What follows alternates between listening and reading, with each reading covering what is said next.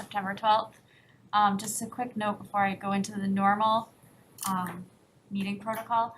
If you're attending via Zoom and you're not using a legitimate screen name, we're not going to be able to allow you into the meeting.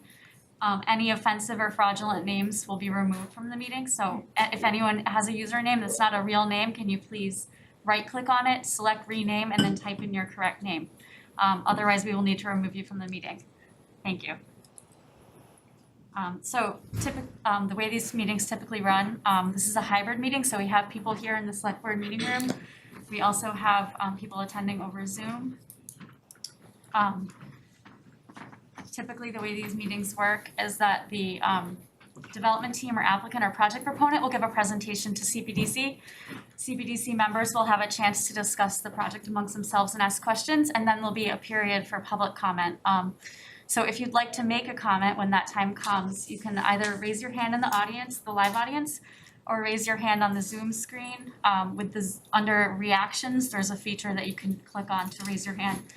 And when the chair of the Cpdc acknowledges you, please state your name and address for the record. If you can remain muted or remain quiet at all other times, that will be helpful so that people who are speaking can be heard by everyone. That's okay. That's great. Thank you. May I just add, as always, please address your comments to the board and not to individuals. stop my share. Yes. Thank you. So our first agenda item is to have a presentation and discussion on the concept plan review for the Oakland Road town land. And before we get going, I don't know how long the presentation is going to be, but before we get going, I want to share with everyone that we really only have an hour for this topic tonight because we have kind of an unusual circumstance where at 8:30, the 8:30 agenda item is for a project where we must not only vote on the project, but actually file the decision tonight. So we can't go till 1 o'clock in the morning, the way we oftentimes do. So I will ask when we get to the public, after we have some Cpdc comments, when we get to public comment period, I'm going to really ask you to try to be concise in your comments, to try to not repeat what's already been said so we can get the greatest diversity of ideas. And if we do have to cut off the public comment at 8:30 to move on to the agenda, I want to remind everyone that you can and should submit comments by email, and we'll share the email address to do that. And we will surely, not just Cpdc, but I know there will be more public input opportunities. So I wanted to just set that expectation soon, set that expectation right away. Because my intention is not to cut off public comment, but we do need to keep it for an hour. So I should stop talking and turn it over to the town manager to kick us off with the presentation. Thank you very much. My presentation will be quick. I just wanted to give an overview. Andrew, if you can pull up that presentation, that'll be great. Yep. So just to be clear, we are not asking Cpdc for a vote or a decision or any action whatsoever. This is part of the community engagement process that we're on. So our first meeting that we had was on July 12th at the PAC at the Performance Arts Center. We basically give a similar version of this presentation to a lot of the abutting residents. Members of town meeting were also present. Again, this project is not finalized. I've actually met with a few of the neighbors one-on-one, and what I've said is that there is no developer on the other side, right? Like there is no timeline that we're on. There's no pressure to get this done, and there are many hurdles to get this project done, even if it's going to get done, right? So the big question mark. So just to clarify again what we said in the community meeting on July 12th. It's not a done deal. This is an idea that we're presenting to the boards, the residents, the abutters, and to town meeting. Andrew, next slide, please. So just to give a quick overview. So what I'm doing here is a very short intro. Katie Gallant, who is the executive director of the Reading Housing Authority, is going to go next. She's on Zoom, and at the end, the architect is going to show a slightly revised version from what we showed on July 12th. And of course, once those presentations are done, we'll open it up for questions. Next slide, please. What I shared on July 12th it was a bit of the history, right, of this property. This property, my understanding from many conversations with Mr. Brown is it was received through tax title in 1932, right? So it's 37. There you go. And it's been handed down, but basically, for close to 100 years now. But it comes up for development discussions all the time, right? So the last time that it came up was around 2012, 2013, when there was discussions of doing a early learning center on the property. If you notice on this drawing, essentially what Bill Brown had explained to me is that the original owner, the intent was to subdivide it into basically single family lots, right? And that was the intent back in 1937. Next slide, please, Andrew. What I want to do next is basically show three projects that are happening in communities around us. What I heard in town meeting in April, and I have heard from a few different residents, is that seniors are getting priced out of Reading, right? That there are no affordable housing options for seniors, and Katie is going to spend the majority of time of her comments kind of framing the need for affordable housing in Reading, right? But this is not a new phenomenon, and it's not something that is unique to our community. So this year is a project that was done by Habitat for Humanity in Weston. Essentially, it's 6 homes that were built, and a few homes were set at 50% of the area median income. And just to give a reference point, the area median income of Reading is about $132,000. So what the majority of these homes would be occupied by folks who are making 80% of the area median income. So just to frame that up. Next slide, please, Andrew. This is a project in Linfield.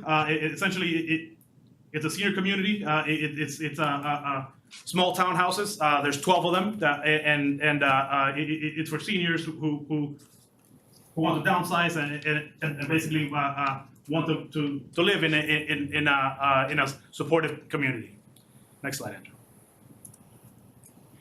And the last one is this is the most recent project that I heard about. It's in Westford. Essentially, there is a town farm that Westford is converting into 35 single unit residences for seniors, right? So it is fully funded by state funds, not town of Westford funds. And again, I mean, it just highlights that these kind of projects for affordable housing for seniors in particular are happening all around us right now. Katie, are you on? On, can you hear me? Yes. Go ahead. Okay. Hi, thank you. Good evening, everybody. I appreciate the invite to reiterate some of the statistics that I had shared with many of you at the July 12th meeting in regards to the need of affordable housing. And as Fidel mentioned, Reading is not immune to the national affordable housing crisis. Nearly 50% of low-income renters are cost burdened from rental costs. In fact, the high cost of the local market has created an elevated need, one that exceeds most communities, for the preservation and creation of affordable housing in this area. Again, my name is Katie Gallant. I'm the director of the Reading Housing Authority. RHA manages the Tannerville development, which is an 80-unit senior/disabled housing complex that is subsidized by DHCD, which is the Massachusetts Department of Housing and Community Development, that is adjacent to the Parker Middle School. We also manage 10 family units that are scattered throughout the town, and 17 additional scattered site properties. As of today, our state public housing wait list consists of just under 12,000 applicants. Approximately 4,000 of those are for senior housing and 8,000 are waiting for family housing assistance. 2,400 of those have applied with an emergency preference. What that means, emergencies are those people affected by the following: natural disaster, urban renewal, condemnation, displacement, or near danger of housing displacement due to domestic violence, no-fault eviction, or medical emergency. To date, 233 veterans remain on our wait list, of which 15 of those are current Reading residents. These 15 local resident veterans have the highest preference for housing on our wait list, meaning regardless of their application date, they are given a priority for housing.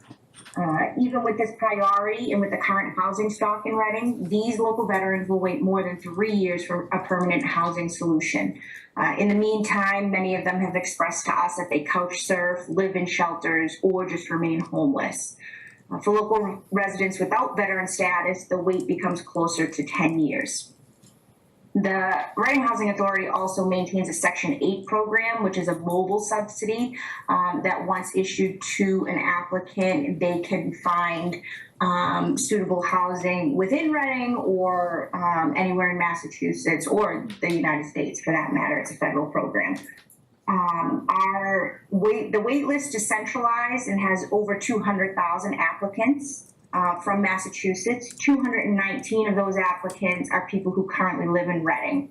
74% of them are considered extremely low income, which is 30% of the area's median income. 22% are local elderly residents, and 43% are families with a member of the household who is disabled. Many of these statistics, again, I had already shared, so I won't bore you with data points. I know it's kind of easy to throw out numbers and various data points when talking about the dire need of affordable housing, both locally and nationally. So one thing I want to read to you this evening is some quotes from people that we have spoken to that are currently on our wait list. Housing Authority does receive an average of 7 new applications per week for our state subsidized housing program. I know that doesn't seem a lot, but when you have 80 units with, one turnover every 3 months, it starts to add up very quickly. So speaking to a few people on our wait list, just random phone calls, I'm just going to read you without names or any other context to their background. One woman I spoke with today said, I am a divorced mom of 3 children, 2 in middle school and 1 at Reading High School. I've raised my children in Reading and would hate to uproot them. A rental assistance program has helped me with the last 2 months' rent, but I cannot afford it even with the child support I receive. And I know my landlord wants to increase the rent in December when my lease is up. Another gentleman says, I live alone in a market level 1-bedroom rental unit. I'm a retired state employee of 40 years. I currently pay $2,000 a month in rent, which leaves me $600 for food, telephone, electric, Wi-Fi, prescriptions, medical copays, and any other unforeseen expenses. We spoke with another woman who states she has lived in Reading for 45 years. She can no longer afford to remain in her home. She says she has a disabled son who has been on the housing list for 5 years and cannot imagine leaving Reading until I know he has safe housing. Another family who is currently renting a 1-bedroom apartment states we have converted the dining room into a bedroom and our son shares this. Again, I won't bore you with a lot of the same statistics that we had shared at the other meeting. I mean, all I can do is hope that even just the few quotes that I gave you can sort of connect you, on the level that I'm connected with the people who call every day, to their genuine hardships and obstacles in trying to find some sort of affordable housing. I thank you guys for your time and allowing me to share some information with you at your meetings. I know you have a heavy agenda, and I look forward to hopefully, giving you more information throughout this process. Thank you. Thanks, Katie. Jen, thank you. Hello, everyone. I'm gonna share my screen. Oh, actually, Let me host make you has a disabled co-host. participant screen sharing. I will make you a co-host. Thank you. You should be good to go now. My name is Jen Hockerman, by the way. I'm with SV Design. We are architects located in Beverly.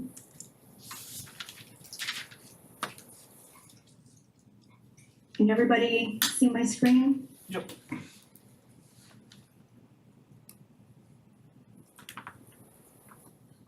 So this is an aerial photo of the site. I'm sure everybody's familiar with it, but I'll just talk for a moment about some of the things that we see. Obviously, we've got a fairly busy road here and a busy site across the street from this parcel. And sort of uniquely, in contrast to this pretty busy area, you've got really quiet residential neighborhoods surrounding it on some of the other sides. So trying to mitigate those two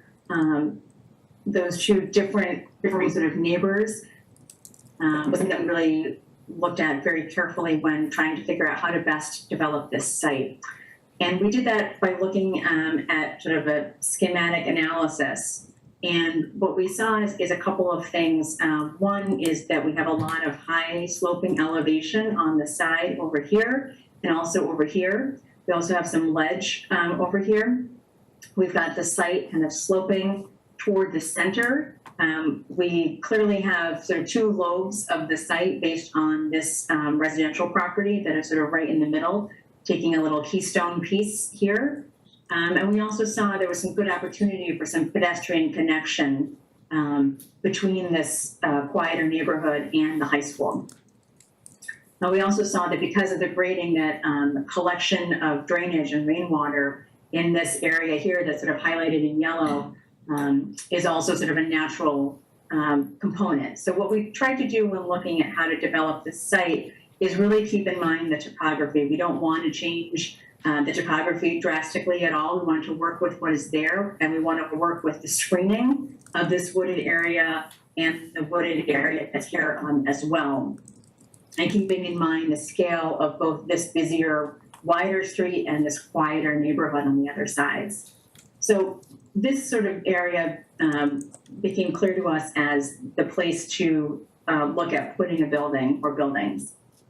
And what we decided would be a good way to go about this site is to, again, take this site and make it into two separate lobes. So you would come in through a shared driveway and turn this way into a 31-car parking lot that would service a senior building.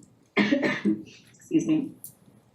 The senior building would be built into the hill, which is actually quite nice because what that allows us to do is to have this space and this space here read as a 3-story building to this sort of busier street and to create the kind of density that would be appropriate for this street. What's also nice about it is that then, because this is built into the hillside and on the 2nd and 3rd story where this dashed line is, there's more units on this side of the corridor.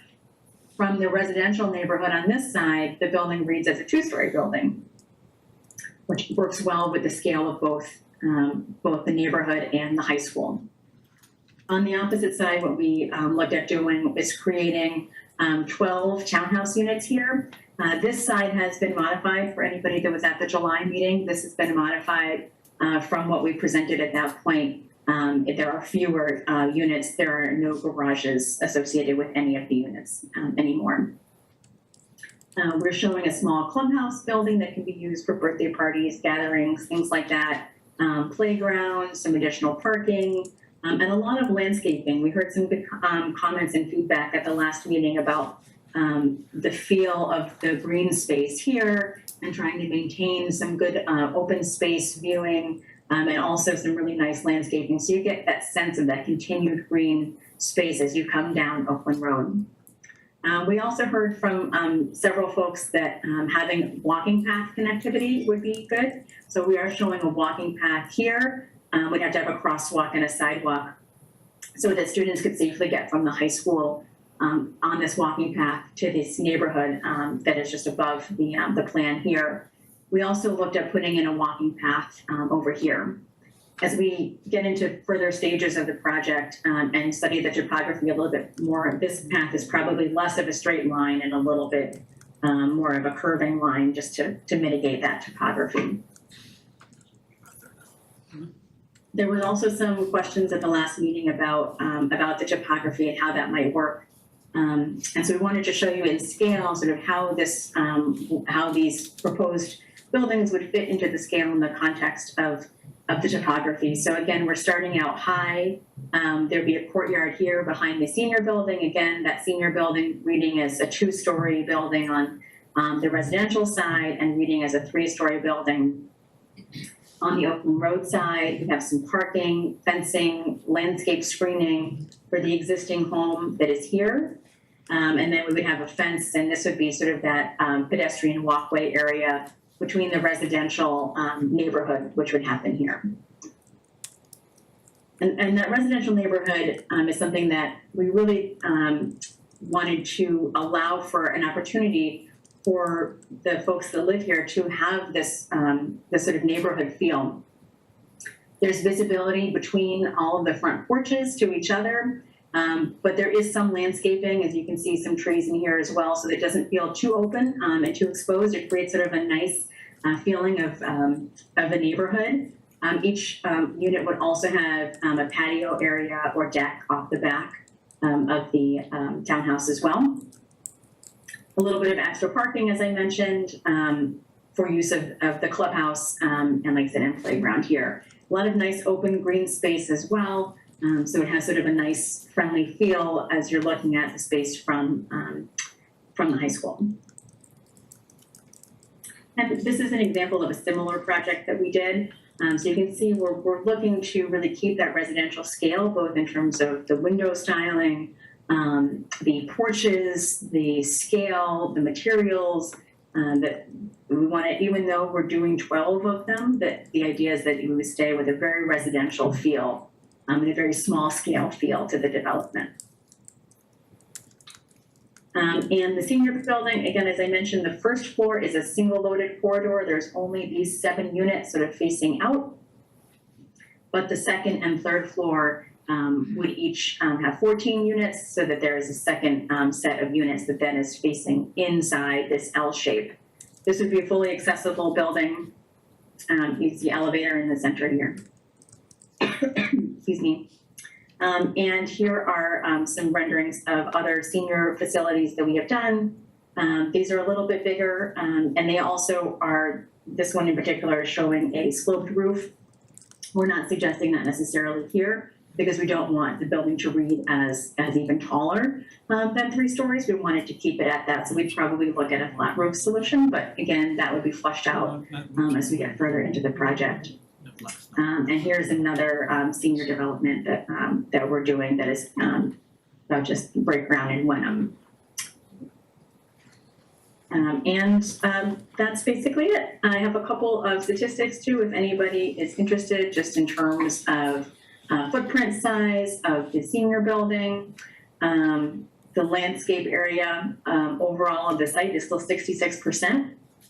So again, it's because we have enough room to really keep the buildings, to what they need to be in order to be really useful to provide housing for 35 seniors and 12 families. We have a lot of flexibility in terms of what that other space can be in terms of landscaping and green space. Can I answer any questions? Thank you. Is that it for the presentations then? Yep. So everyone, this is also the first time the CPDC has had a chance to receive this presentation and comment on it.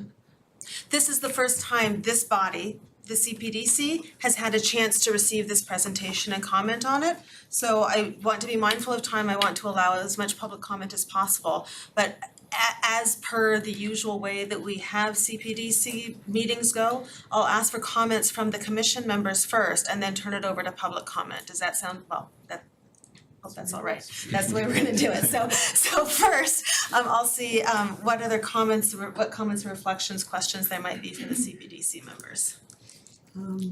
I have a question. Is this on a bus line? Is there any way that we can cut down the number of cars that need to be parked? No. It's not on a bus line? Nope. Okay. 1940, they just continued in that area. I don't think the question was directed at you, but it's okay. Right. That was my only question, because I'm looking to cut down on the number of cars.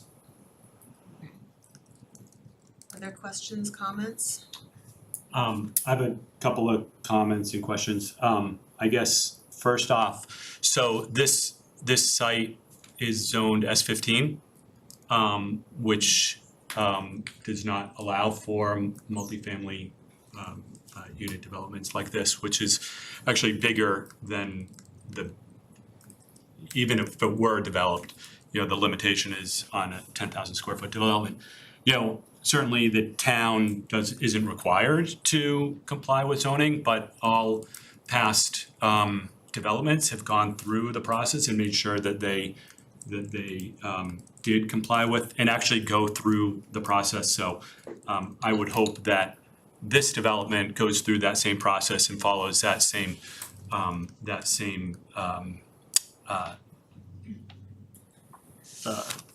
what had always been done in the past. I guess I'll say that certainly there's a affordable housing issue in Reading, as in all of Eastern Massachusetts.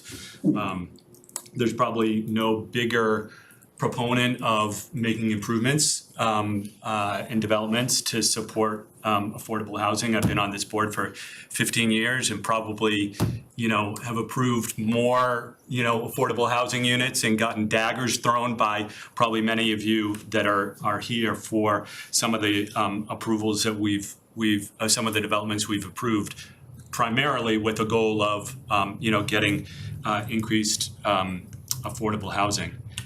However, I'm not sure that this is it's the right thing to do, but I'm not sure it's in the right location. This is the one area in town that is really municipally focused, and adding. I find for the town to do something like this, where they'd be introducing, especially seniors, in a place where is pretty. I'm gonna even say loud, but pretty vibrant with a lot of activity. In some ways that would be good for the seniors. In others, we'd be inviting a lot of conflict. I'm just not sure that this is the right thing. I guess I would have liked to have seen a process, and we have one, right? The housing production plan. We did, Julie, remind me, when was the last time that was done? 2018. What? 2018. 2018. Right, at that time, there was not a ton of involvement in that process. I would hope that this time we're doing it again right now. I would hope that folks that are interested in developing more affordable housing in town get involved with that. And if out of that process we end up with a development like this, great. But we skipped the planning process in my estimation on this. We have jumped right to the answer. I'm a professional planner. I've been doing, I've been a professional planner for too long. I don't want to mention how long. I've seen lots of projects that skip the planning process. What's the problem we're trying to get at? what's the solution we're trying to solve? What are the options? And then what are the solutions? When projects skip that, they typically fail, right? We need to make sure that the actions we're taking are solving the issues that we're trying to solve. And although, we may go through a process where this is the right answer, I'm not there. I'm not there for those reasons that I said before. So in terms of the design, I like the design. I think I think that we, the senior housing building, I think that, right, that may be outsized for the site. We wouldn't allow that anywhere else in the S15 district. So we need to think through that process. But in terms of the design, I could nitpick at stuff, and I'm sure we'll get there. But it looks nice. It probably would fit in with the neighborhood in terms of a design aesthetic. I do caution, though, for using examples of other developments. Right, you showed a two-story development. You referenced townhouses, but you show gable-ended houses. So right, we want to again, too much experience. You don't want to put images out there that aren't really what you're doing, because those will take hold, and that will be what people think they're getting when clearly it's not a two-story senior housing. It's a three-story with a flat roof that is considerably different. So I'll leave it at that. Katrina, Tony? No, nothing at this time. I just have one thing, kind of John made some good points and so did Pam, with respect to the seniors and transportation access. That my one concern was, about seniors, lacking either transit or like convenient destinations that are within a walkable distance. So that, made me think, maybe is this the best place for senior housing specifically? But like John said, if there's a good justification and it seems to align with the needs, maybe it is the right decision, but that was my one concern. Okay. Well, some of my thoughts, I'm going to ask everybody to not be repetitive, so I'm going to try to do the same thing myself. I also am fully on board with finding more ways in town to have affordable housing. I think this is a very interesting proposal. It's on my mind, and I love, by the way, the opportunities for connectivity between the neighborhood. I think I've been a person who's been saying that. It is on my mind that I've been thinking a little bit about this, that this area, the whole school area, oftentimes we think of the town common, the town center being the heartbeat of the town. In Reading, I don't know, we could do a survey, right? But we don't need to. In Reading, I would say that area is so active that it is very much the heartbeat of the town, especially for families who have children. And so it's just a very general comment. It's on my mind that it is very important to do with that site something that will enhance that, and that's overall what I'm looking for. I also did catch that when we are showing renderings as we get into site design, if this is the right thing to do here, when we're showing renderings, I'd really like to see renderings that are comparable to what's being proposed. I'm going to stop talking now because I would like, and the other thing is the housing production plan. I think that's a very good point, and before we close out this section of the agenda, I might put Julie on the spot and ask her or Andrew and ask them to talk a little bit about engagement opportunities that we can anticipate with the housing production plan. Because this, for everybody who's interested in affordable housing, it'd be great to have input onto that. Alrighty, I'm going to stop. Any other comments or from the board? Okay, we'll start taking public comment. And again, okay, we've got Bill Brown raised his hand first, and I saw another person out there first. When you come up, when you're commenting from the room, Julie, can you help me with instructions of where people need to stand so that they can be seen online? Oh yeah, there's a piece of tape right right on the floor. Oh, yes, it's right there. So if you come up and you stand there and you state your name and address, this device will pick you up so everyone who's attending the meeting can hear you. Great. So name, address, and again, to beg, just so we can get as many comments as we can, please be brief. Try not to repeat, and in general, it's always helpful if you provide a recommendation in your comments as well. Thank you. Bill Brown, 28 Martin Road, resident of Reading since 1932. The only concern I have in that whole area right now is that I don't believe the sewerage. I don't believe what. What's that? Sewerage.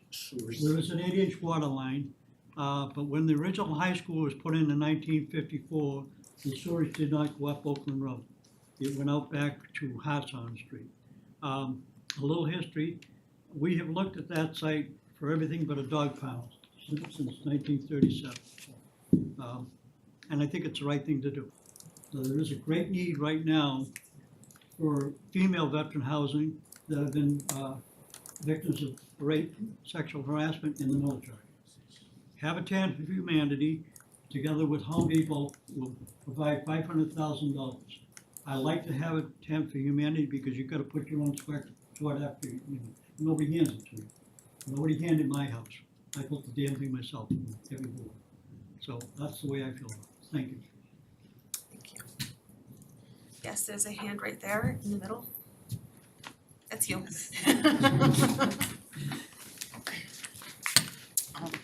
Cheryl Lestrade, 22 Gould Street. I think there is a great need for housing, affordable housing in this in Reading.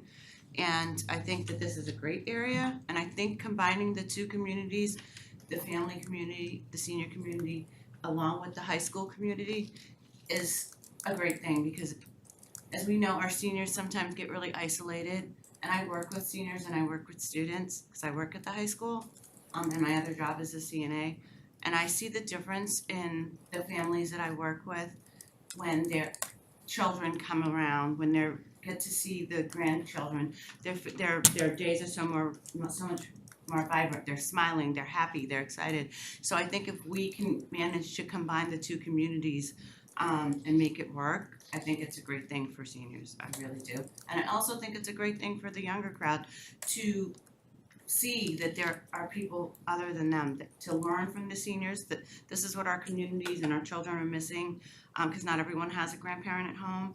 Being able to make those connections and hear the stories and learn from our seniors and learn the respect of other people's property and other people's beliefs and their values, I think it's something that's really needed, and I think that this is a great thing.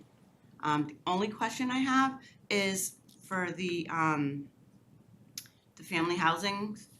She said there's no garages anymore. Is there any reason why we can't do the garages underneath, so that there's less space being taken up with parking? Maybe I'll turn that over to the team to see whether that was considered. Did you hear that question, Jen? Yeah, we did look at different ways to work the garages and took them out mostly because of the costs associated with constructing them and the looking down the road to the funding requirements for affordable housing. Typically garages aren't covered, so that's why we did a change in the design. But so that's why we were looking and going that direction. Yes. Jonathan Weber, 84 Hartshorn Street. I appreciate what we're trying to do here and how we're trying to attack the housing issue. What I would like to say is, when you look at this area, just for some statistics, we've got 3 schools, 9 playing fields, 1 basketball court, 4 pickleball courts, and a playground. Those are full all day long, all weekend long. The amount of traffic that goes through the quiet neighborhoods that Jen mentioned is incredible. Hartshorn Street, from 7:30 in the morning until 8:30 in the morning, is like the Indianapolis 500. We've recently had somebody get hit on a bike up on, I believe it was Tower and Hanscom. All those roads are not big enough to handle any more traffic than they're currently getting. We currently give out parking passes at the high school, and those parking passes are limited. But we still have juniors every year getting their license throughout the year, and all the parking spaces get filled on Oakland Road. Oakland Road is a glorified parking lot with a path through it.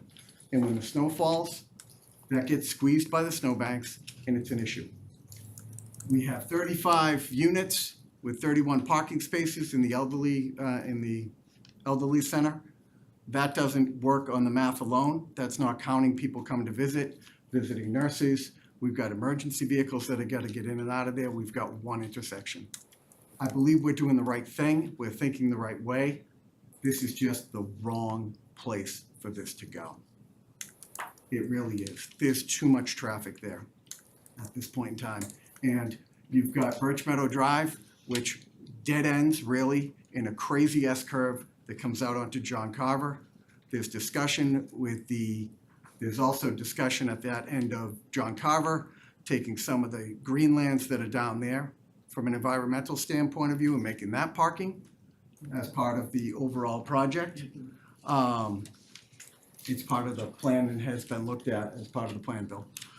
So that being said, I think we're just, yeah, Pardon me, I'm gonna I'm sorry. I address shouldn't us address and back to him. please, no comments, no talking to the commenters, please. That being said, I moved to this area because it is this area. And it's a wonderful neighborhood, but what I'm saying is it's just overtaxed and overburdened. The roads are not wide enough to handle the traffic. They're not even in condition enough to handle the traffic right now.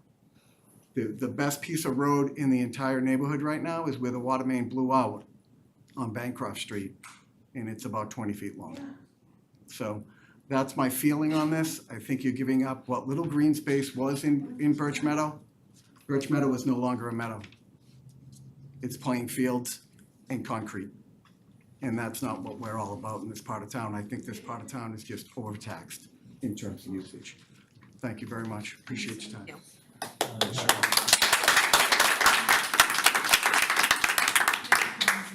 Is that great? Yes. So there's two people on Zoom. The first one is Penny Jean. Okay, so we'll take two people on Zoom, and I do see another hand back here. Thank you. So Penny, you can unmute yourself.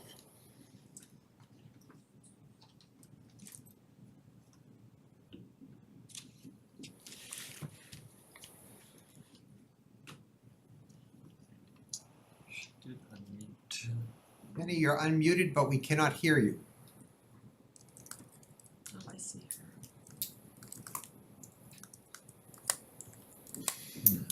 Penny, hold on. I think Ms. Mercier is chatting with you, maybe?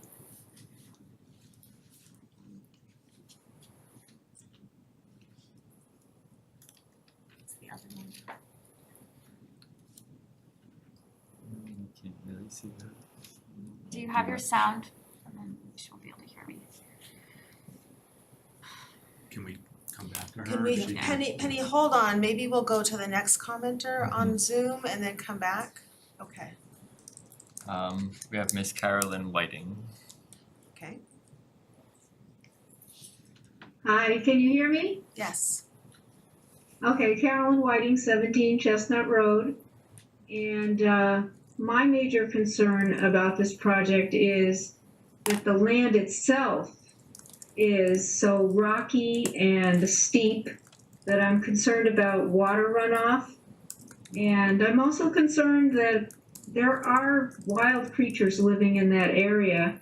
And I don't think it's a good idea to take away the place where they live, because they have to go somewhere and they'll become a problem for somebody, I'm sure. And I also agree with the concerns about the traffic. So I agree with what was said about, I really think it's a great idea to have affordable housing and senior housing, but I don't think this is the right location. Thank you. Okay, thank you. Maybe I'll do a quick check-in. Penny, Jane, are you able to hear us?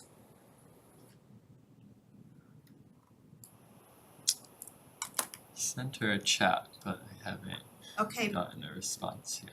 Penny, Jean, we're not going to forget about you, but maybe we'll take another comments from the room. I saw one or two hands. there were three, so the one I saw first is in the back, thank you. Mary Ellen O'Neill, 125 Summer Avenue. As a longtime member of town meeting, I have been opposed to the development of this property whenever it's come up to town meeting. I feel like Carolyn is a very tricky piece of land, really not meant for development, and that's why it hasn't really been picked up all along the way. I also feel that we need to hold on to every tree we have at this point. We've been very careless in this town with allowing clear cutting of lot developments, and we're continuing to lose lots of tree coverage from private lots. And I think that's a big, huge heat area up there with not a lot of tree coverage. And this is an important resource for us to maintain. Thank you. Thank you. I agree.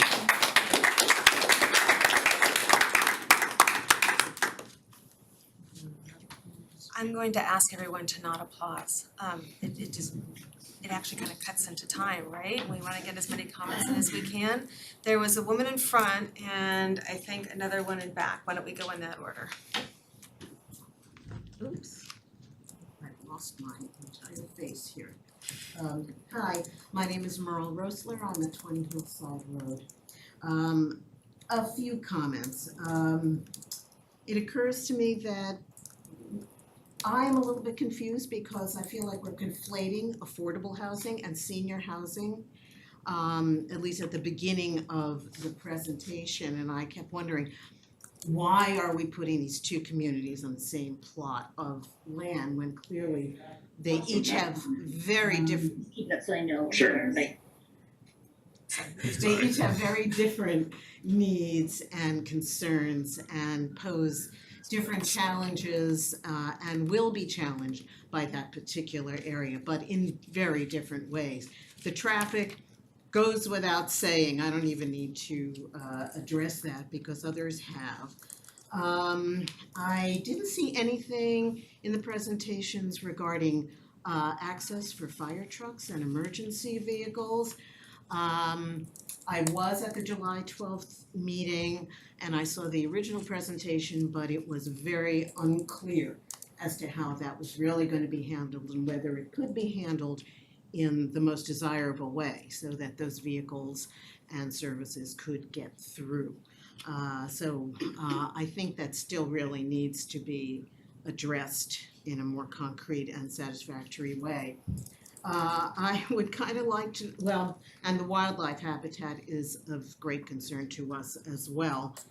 I'd like to know why the town of Reading is permitting the development of so much unaffordable housing.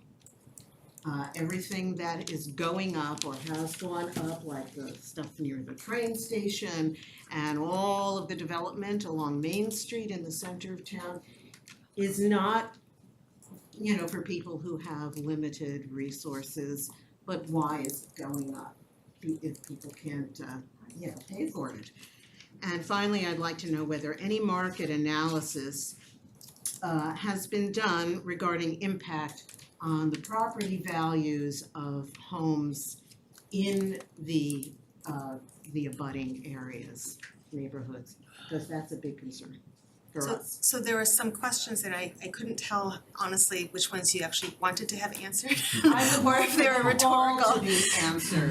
What I think we They'll have might to be do, would you submit those questions in writing? Because then we, and before we wrap up, we can give everybody the email address to send it to. Yes. I think that would be most helpful rather than digging in and answering every single one right now. Yes, but I wanted to get those concerns out there. Great, thank you. Thank you very much. Okay, there was another one in the back and I see you as well. Oh wait, that was not the one, but that's I think the woman who is dressed in black, I think she had her hand up before you, if you don't mind. That will sit down. Marlena Vita, Strawberry Hill Lane, Reading. Thank you all Cpdc members. I know you put in hours and hours and hours, and this plan is very nice and great that we need affordable housing and senior housing, yes, but to John's point that this might not be the best place, and it's a small development, 4¼ acres, and I don't wanna just complain not here without offering some kind of alternative, and I'm not plucking this out of the air, Fidel has worked really hard already with talking about RFPs for developing the RMLD property, which is how many acres? Like I don't know. several, I can't remember right now. 10, and it's near town, and maybe this very small development could end up being something bigger and better, so that's it, thank you. Thank you very much. Question. Excuse me, sir, the question should be oriented to us and not to the Okay. speakers, if you mind. But and there was somebody who had their hand up before you, if you don't mind. Okay, go ahead then. Go ahead. Oh, thank you. I am a little difficult in hearing and what the woman was So are we. So please Yeah. arise. Pardon me just for 1 minute, so that everybody who's online on Zoom Yeah. could hear you. Would you mind coming up and standing at the orange tape and speaking to us? Because then everybody who's online can hear you, and we'll hear you better too. My name is George English. I'm up on Hillside Road right behind this place. Okay. My land is a very difficult piece of land, and I expect a great amount of impact to whatever you do there. I think people have to look at this a little bit different. I believe all of the things that have been discussed, okay, are all true. But my piece of land and that rock are a butter. Whatever you do there is gonna come over and hit me in the head. And I live on a slope. And in the winter, the snow gets plowed up. It's difficult to move. With more people of the numbers that are being projected here are way out of line. You can't stuff all this people in one area. Especially in an area that has been constrained by the presence of a school system. It's just ludicrous. And I don't know why, pardon me, but you've had 2 opportunities to give us about a wonderful scheme. But I don't think they fit.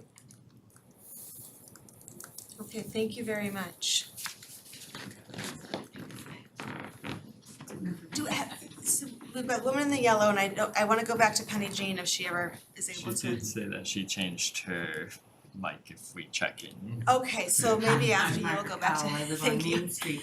And I was happy to hear what John was saying about the housing, and it should be single-family housing. And I thought, well, you know, what was the reason that was designated as a single-family neighborhood? And it's because it does abut all of our schools and fields and so forth, and that was designated for that reason. So I think when we start throwing all these other things into that area, it's difficult.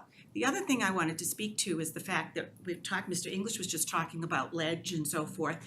So your team gets going and we get approved and they hit ledge. What are they gonna do? Blast? What is that gonna do to our neighborhood and my foundation of my 100-year-old house? And again, too, you have to think about what's snow removal. Okay, any of that, traffic, snow removal. The other thing in town with all of these buildings and all of this development, I'm very concerned about our police department, our fire department, and what we're asking them to do with all of these extra people and populations and so forth. Are we keeping up with all of that? And it's part of the plan that we should have when we think about these things. So I think that the construction alone, after this area has gone through new high school, new junior high, you know, all of the Main Street stuff, all the water stuff has all come right out of that area now. So it's like, yeah, it's overcrowded at this point, I think. Thank you. Okay, we're going to go back to Penny Jean. Can you hear us now, Penny? She's unmuted. Looks like we lost her. Did we lose her? Take what we have a hand raised by Jeannie. We do have a hand raised by Jeannie who mentioned if Penny can't go, she would like to go for her. Okay. Hi, I'm on Hillside Road as well, and I just wanted to mention that this isn't the first time that I agree with the fact that something's needed, but I also agree with the fact that this is not the place for it. And aside from the traffic, and when you talk about parking, the parking isn't just during school, it's during any event that happens after school or in any of the fields. And people don't adhere to parking signs, and my experience has been that it's not really watched over either. Hillside Road, if they park on both sides of Hillside Road, which they're not supposed to, you cannot get an ambulance or a fire truck down that road. And I'm sure there are many other roads all around the school that have that problem. And, this neighborhood has had to deal with many, many proposals for development for that land. And each and every time we have to do this. I don't know what would go there, but, there's also the Abidjona River, which is at the bottom of Oakland Road, which I don't know if there's been any kind of conservation or environmental studies done on what this would do to that. So I just wanted to express my opposition, and that's it. Okay, thank you. And being mindful of time, and I know we didn't get onto this topic till about 7:35, but I think we've got time for maybe one more comment, and did you have your hand up before? Yeah. Okay.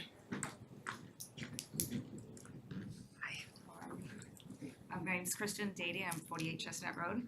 I've lived here all my life. My concern is with the traffic, but I just go back to, I know you had a meeting. A meeting was done, and one of the things that was brought up was that someone was hired already, a traffic consultant. I just wanna make sure, is that true? That's a question. Was a traffic consultant already hired? Is a traffic consultant already hired for That this? was already, somebody was hired. Not for this project, no. Not So for this no one- project. So I just wanted to be sure I was told it was done, it was someone who was already hired to do traffic.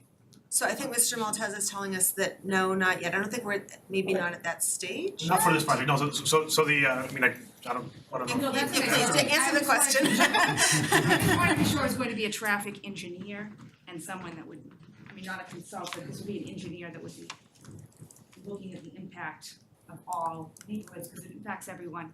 I know a lot of people say it's not in our backyard, that's why we don't want it, it's not that, it's going to impact many, many people. And so it would be an engineer that would be needed for this, I'm sure that would be done. That is correct, that would be done at a later stage, essentially a traffic impact study, yes, that would be done. That gets done. No one now. is hired to do that as of this moment. Is that what you're asking? Right, I just wanted to know along the line, when does that fall into place? Yeah, I'll say, right, as long as this follows a typical process, right? Whether it was a public project or a private project, what happens is that it will come in front of this board, right? With plans, it will ask for all sorts of different information about water runoff, traffic, design developments, economic impacts, like all sorts of different stuff. And then we have public meetings similar to this one. People get to ask questions and get into the details of those, right? These were, good schematic design, really high level to give the concept. When it comes in front of this board, it would have, again, right, it would have lots of nitty-gritty detail that will make you go to sleep if you try and read it. That keeps us here till 1 o'clock. Yes. Right. And that's a good question. I just think, I think we keep hitting on the same thing over and over again, it's traffic. Yeah. Well, then it seems to me like an independent study should be done, and then we get just some answers from that. Yeah. This sounds like we're going in circles over something, we're all concerned about it, so. And to reiterate, what's been presented to us are schematics and kind of, I might call it a concept plan, not a firm proposal, not a site plan per se that we're looking at. So this is, I know that there was already one public meeting. This is another public forum at a board committee meeting, a board meeting. to collect thoughts and reactions to this concept. So we're not nearly at the stage of having I a was just traffic reading impact through the study. notes that were done. So it was a very good question and a reminder to kind of pause and say, okay, where are we in this process? So speaking of, where are we in this process? Thank you for the presentations and thank you for hearing the comment from us and from the. We do have one more person on, just one more hand on Zoom. Oh, if there's just one more hand on Zoom, let's get that person. Sorry. Yeah. It's Jillian Black. Okay, Jillian, can you hear us and unmute yourself and free to share your thoughts? Oh, apologies, multitasking at home at the same time. And this actually does relate to traffic, which I just heard you say traffic is a topic we probably don't need to go over until we've actually done this traffic study, but I did want to just bring forward a point that someone brought up at the last meeting, which is this street, so Oakland, Hillside, and Birch Meadow Drive, is the #1 most trafficked street for brand new drivers who have had their licenses for a week, 2 weeks, whatnot. So that's something to really take into consideration as you're adding more cars and more houses and more activity into this area in an area in which you have drivers who are brand new. It just makes for a much more complicated and harried situation, and I think that's something that needs to be considered.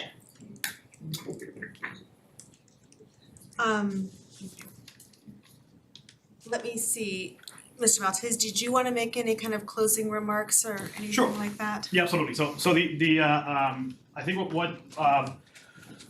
what we're hearing is kind of, yes, it's traffic, it's open space, and essentially, is this the right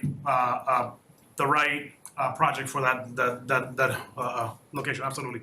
There is a long ahead. Should this project even continue forward, right? To John's point, I mean the housing production plan is underway now. The 2018 plan did have a recommendation to look at this property for affordable housing, but certainly not to this level of detail. So I think we have a long road ahead.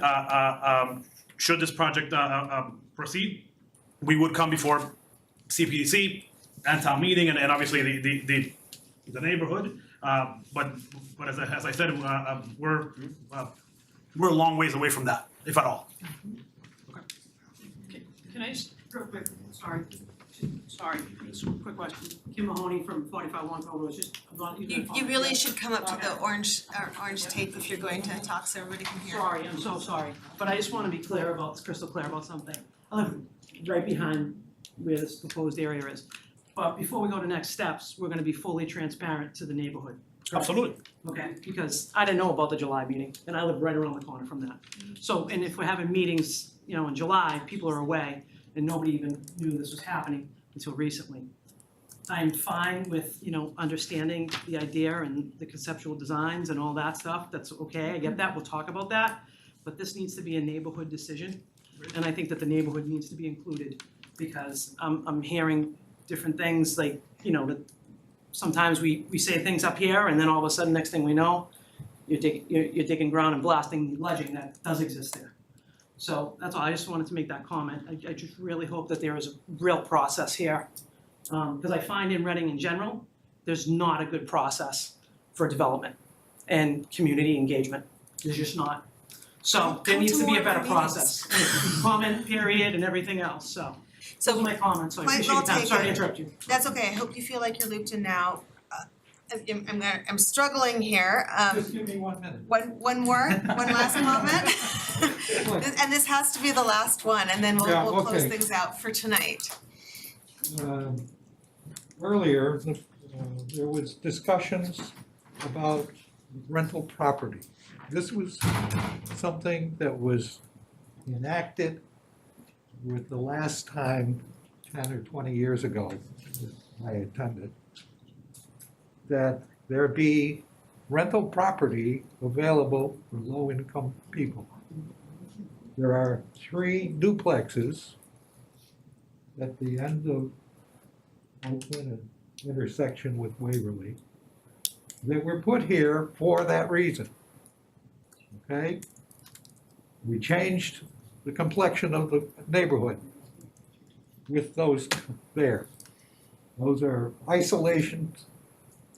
I don't see any of the neighbors communicating with them, even though I know a doctor right next to them.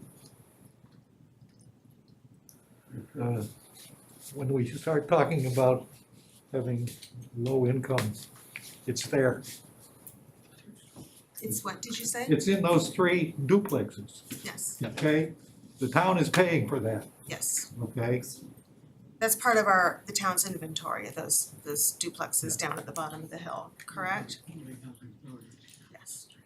Okay? Thank you. So when people talk about low income and stuff, that area was put there because we didn't want, or not me, but the town didn't want it looking like we're just putting high-priced homes out Okay. there. We are covering our butts on the black issue. All right, There's a number of issues there. yeah, thank you. And you know, I kind of want to just reiterate at least my own personal support for, actually, this is a really good segue. My own personal support for achieving affordable housing in town that is well planned and well thought out, and that actually is a good segue to, on the topic of housing in general, we are as a town at just the start of doing our regular update to the housing production plan, which is another opportunity for community input. Would you like to say something about where we are with that? Sure, yeah, so we're currently in the process of updating our housing production plan, which is required by the state to be updated every 5 years. We're hoping that later this week, perhaps even as early as tomorrow, there will be a postcard mailed to all residents that includes a QR code and a link to a housing survey that we've been creating. We're working with a consultant. And then we are gearing up for a public forum in October and a second public forum in November to get community feedback, just to sort of go through what we learned from the survey, what the current town's demographics and needs analysis for affordable housing looks like, and then to get additional feedback. And then the second public forum would be to look at some of the goals and strategies for achieving more affordable housing in town, achieving and maintaining more affordable housing in town.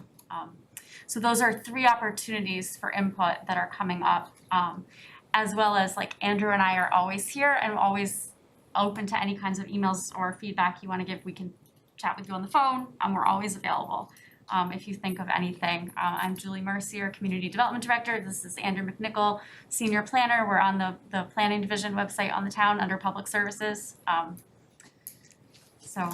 And maybe even, you know, you've got the chat available, maybe open up the chat, you can put your email at the right email address, and if you have comments, go ahead and send them along. I appreciate everybody tolerating the fact that we needed to keep this portion kind of on time this evening. So if you do have additional comments, send them along to the email address or addresses that Angela will put in the chat. Right, and on the keep screen your so eyes everybody will see open it. for a postcard that you should be getting in the mail, hopefully later this week. They're already out. The housing survey? You got another one? Senior survey. Sorry, there's another survey that you're probably getting. We tried to coordinate the timing, but it just didn't work. All right, so thank you everyone, and thank you for the presentation, thank you for the overview. We'll see what comes next with this. Thank you, Helen. All right. I'm sorry to interrupt Can I you. just make one suggestion when you send out the surveys? Making sure that they're going to the actual residents, because if you live in an apartment building, they're not always getting to the people in the apartment buildings, they're being left at the door and then thrown away, so then the residents who do reside in those places are not getting them. The mail carriers are leaving them? control the US Postal Service. And how would we get the email address? Um, The attendance? Just to the board? Yeah, if you, did you write your email? It's fine, you can address it to the board. I'll see, this is gonna be, I think, a long process, so, it'll get to us, thank you for asking. Under planning, you can find us. Okay, so that's where the email is, Yeah. if we have additional questions like these. Yes, please. Okay. When I hear that it's Fine. Yeah. That's why I mentioned the applause. We've never had put a sign up.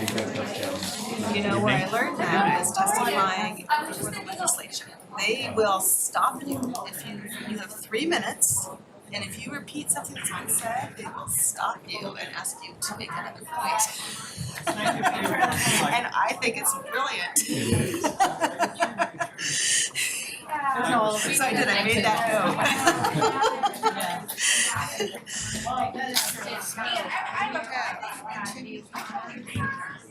Yes, so let's give everybody a chance to shift seats, and then we've got the continued public hearing.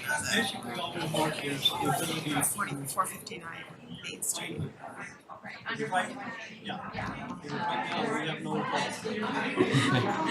Julie, do we need to do anything about the continuance? At 9:30. At 9:30. Yeah, we have it in the folder. If they need to leave, they can't be out there screaming.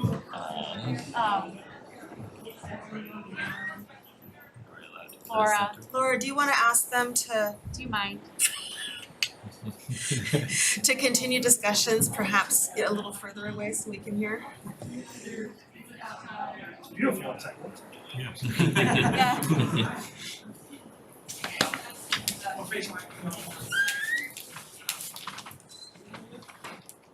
Thank you. They don't seem to be listening. That's all right. You did, I didn't mean to put you on the spot that way. Thank you.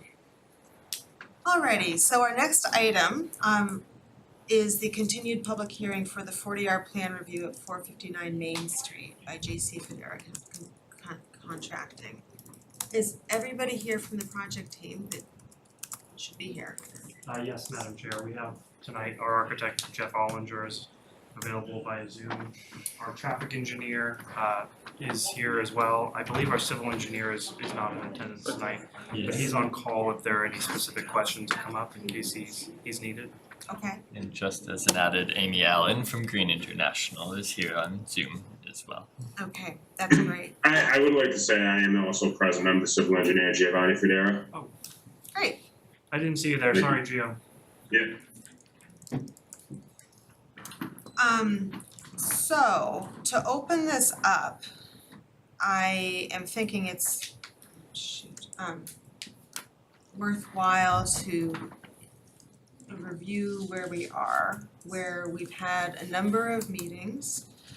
And this will help for my edification. Our last meeting was in August on this topic, and in the intervening time, my understanding is that there were some additional questions that were given to the project team, many from Cpdc and probably from staff. Those were sent along, we received responses, they're in the packet. We just got those, when did we receive those? Wednesday evening, Thursday morning, when we arrived. So we are perhaps still digesting those as we go along. Oftentimes, I know we oftentimes start with kind of a presentation on what's been updated, what's been changed. Would you like to do that again? Sure, I'll if I may, I'll just briefly run through the items in my letter and point out the changes that were made. Okay. And Jeff has a longer presentation that he can run through the specific plan sheets and show you the updated changes.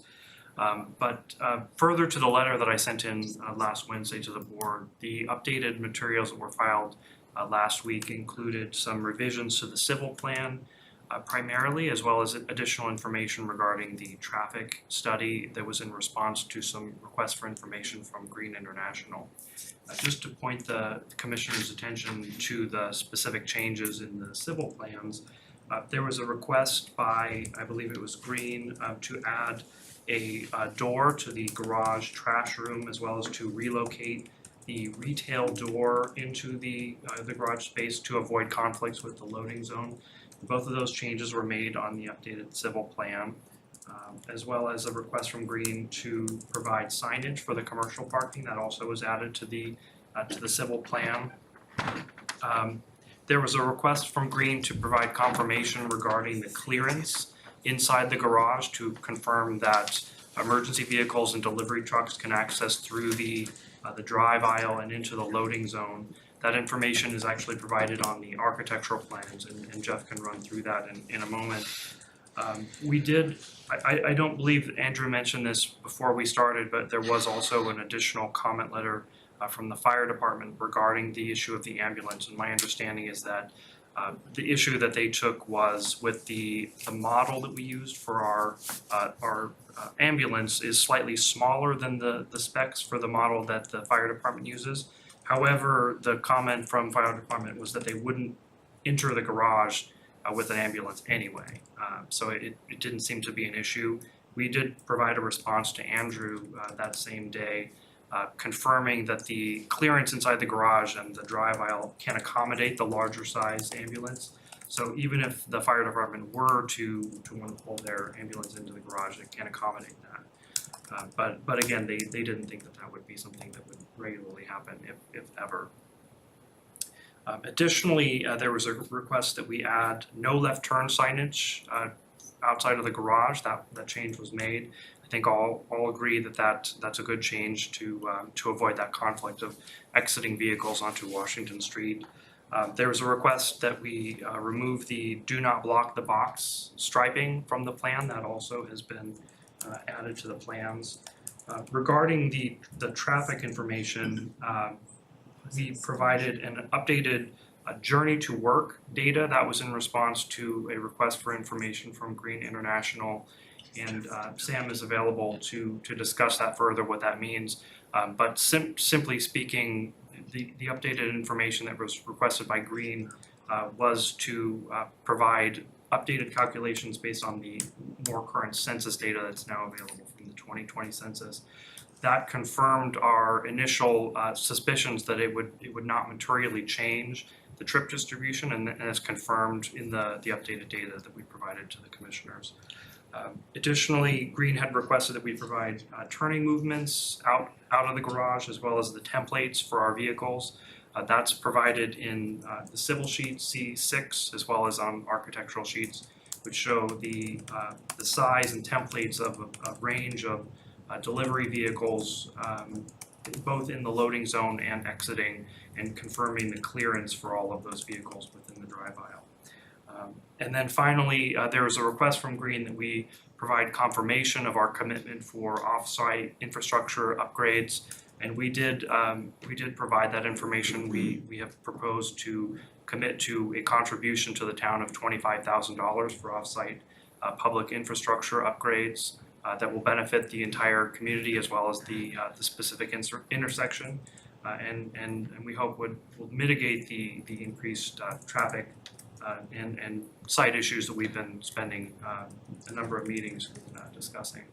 So with that, Madam Chair, I'll pause, and if you have any questions for me, happy to go through those, but otherwise I would propose to hand it over to Jeff to run through his plan set briefly for the board. Are there any questions right now, or would you like to get the presentation? Okay. Yes. Trying to get on the screen share.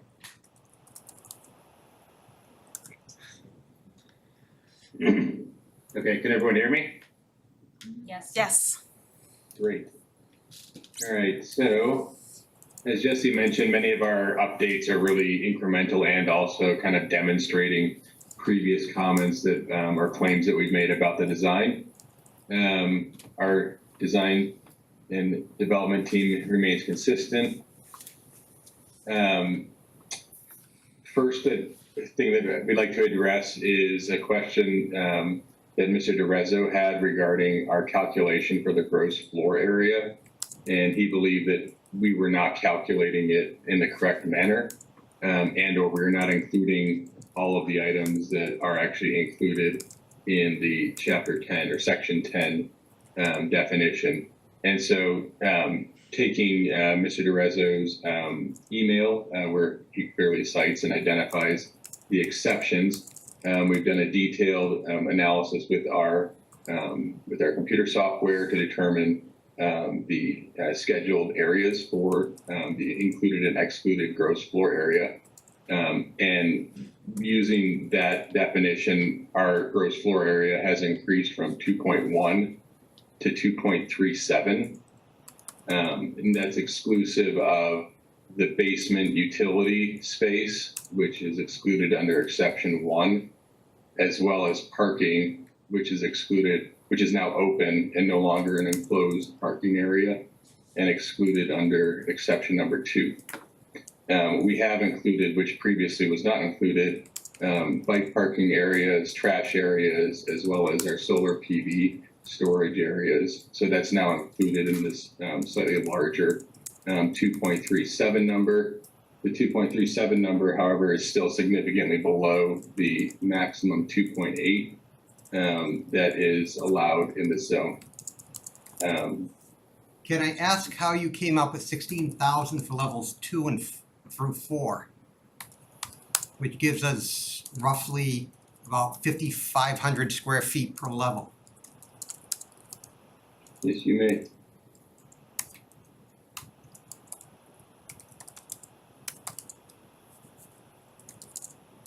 So here on this sheet G001, we have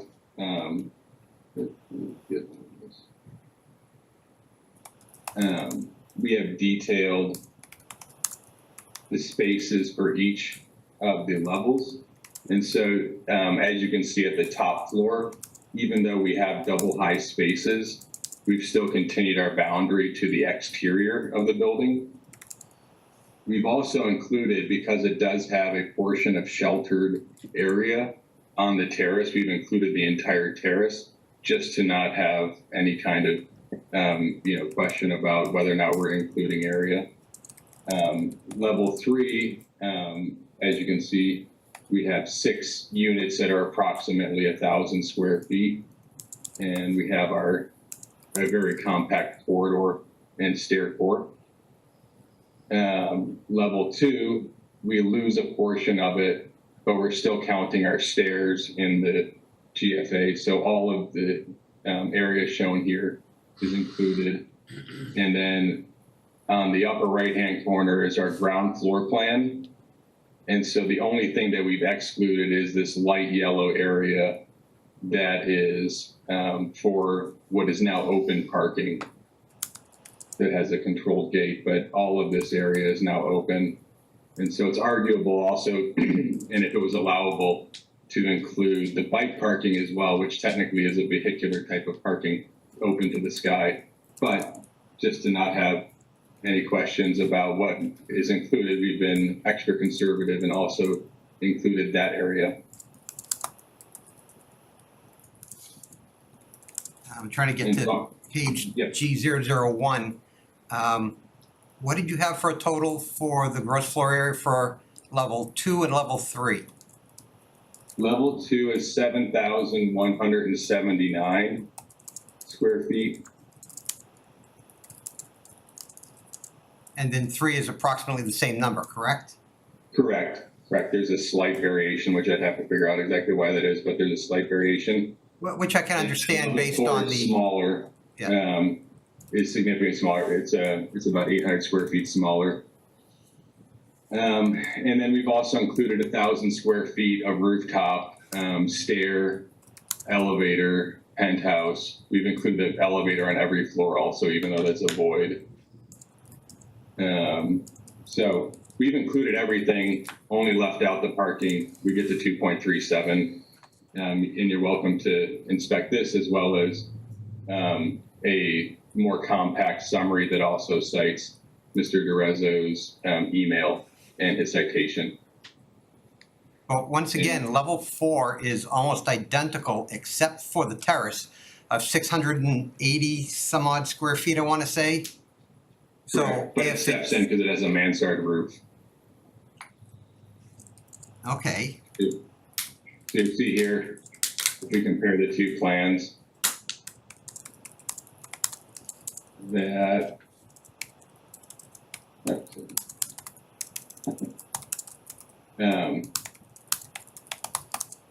then factors portions of the roof that are stepping in because of the mansard. But we do have a number of gables, obviously, across that level too, which reclaim a portion. And, you know, as most folks, you know, there's a simple principle of area that the perimeter actually exponentially increases your area as you increase it. So you can very quickly remove and or add simply by adjusting your perimeter. So that's where the you're delta still is. including the open area between level 3 and level 4 in your calculation for level 4, correct? Yes, that's where this X is. And then it may be graphically confusing. This is actually the stair. This is showing up white. Yeah. But the entire area is being included. You can see the X here is the area that's double height, but we've still continued the volume, the area to the envelope, to the exterior envelope, even though it is empty space at that level. Okay. Yeah, so we're, all right, I'll have to double check it. So for example, if you look at 304, sorry, not to cut you off, but if you look at 304, it's 1,003 on the level above, it's 100 square feet less because we've stepped that back. Okay. So you should have a roughly about 1,100 square feet difference between the two. Yeah, I mean, we can obviously drill into it as far as you want to, but if we just take 304 as an example of what the delta is between the third and fourth floor, you'll see that we lose about 10% or so on that level. And then that's pretty much where we are in terms of the floor area calculation It's as just well. when you add 7,000 gives you 14,000, and you're claiming all 3 levels is 16,000 plus. You get you get 14 plus 6, so that's about 20. We end up with 20,000 square feet or so from levels 2 through 4. All right, I thought I saw a number of we're 16,000. well below the gross floor area requirement, even, you know, including we're well below the gross floor area, even if we were to include whatever parts you think may be missing, Tony. All right, I think the difference here is that your screen and the screen we have are different. Yeah. Yep. So you've got a 20,000, we have a 16,000.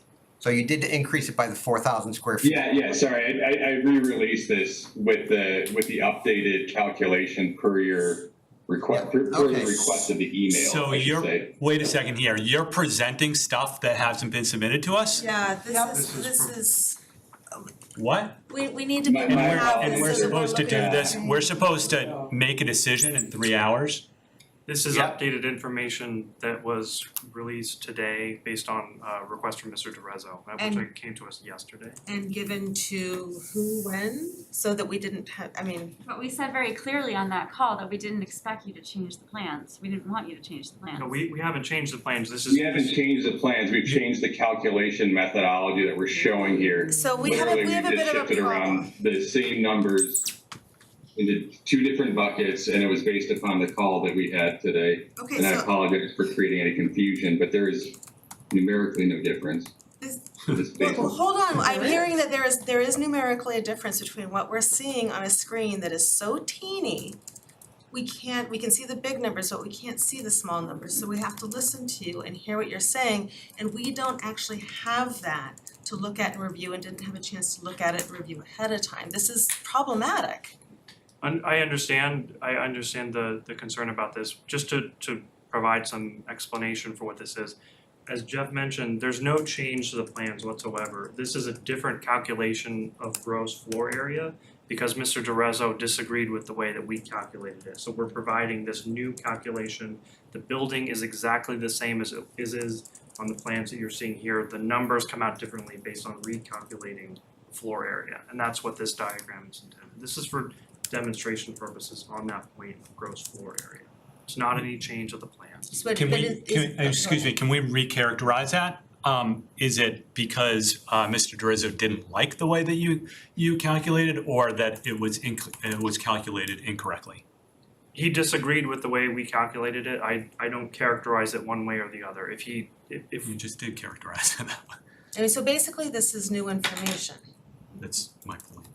Why I asked that. I mean, so I understand that the schematics haven't changed, but part of what we have to evaluate is the floor area ratio. From the very beginning, there's been a number that's been given, and I saw in my materials that was questioned, and thought, oh, that's interesting.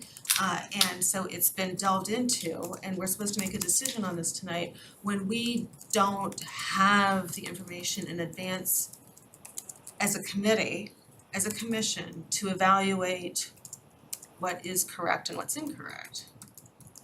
I understand the point, and I do apologize if this is coming in at such a late hour.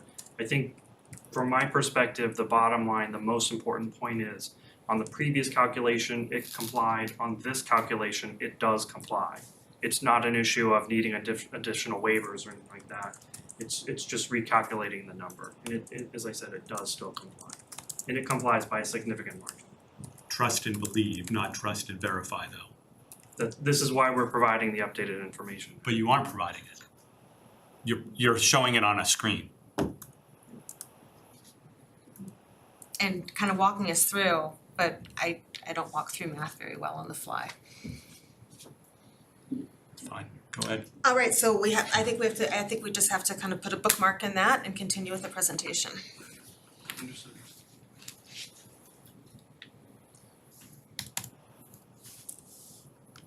Okay. So other than that, clarification or apparently point of confusion now, we have really progressed the study of what was initially presented as a diagram of what we believe using rule of thumb, turning radii, and vehicular travel aisle widths. But in the last presentation, the board requested that we have a professional auto turn analysis done. And so we have done that using auto turn software. We have Giovanni on this call as well, who is able to speak to any particularities with how this analysis was performed. As you can see in this diagram, all three spots are very easily accessed given the parking scenario that we had described. And in this particular case, we've also managed to avoid the striped area along the building.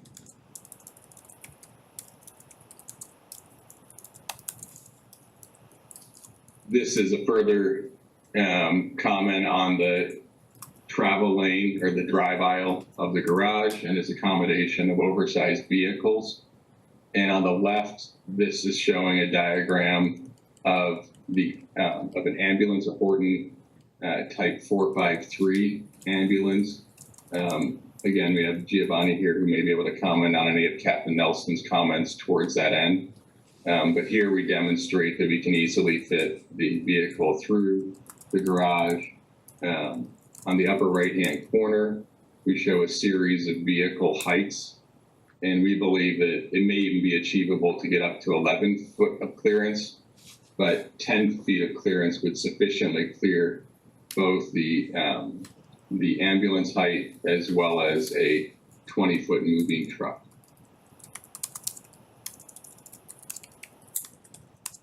That is it that we have. I'm happy to go back to any of these diagrams and or any of the plans if there's additional questions. We'll just open it up to the commission here for questions and additional questions or comments. Sure. Take that on.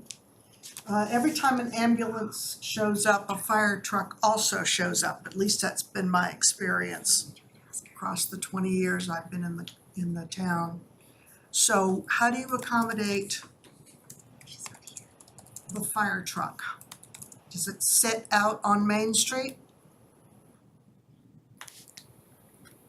That'd be a question for our traffic engineers and or civil. I believe that they would likely be on the street if there was a fire truck that would also show up. We would not be able to fit a fire truck in our garage. For the record, no fire truck, regardless of the height of the garage, would ever enter the garage, ever. Yes, I understand that. I anticipated that. But that truck is going to sit in a lane. It's gonna save somebody's life. What's the difference where it is? Excuse me, Excuse me. time out. We need to have the discussion with the commission, please, and not comments from the audience, all right, at this point. So anticipating that when an ambulance shows up, a fire truck also shows up. That's going to be sitting for 20, 30 minutes while they go in and they help whoever's fallen. They go in and they're off their meds or they've had a heart attack or whatever.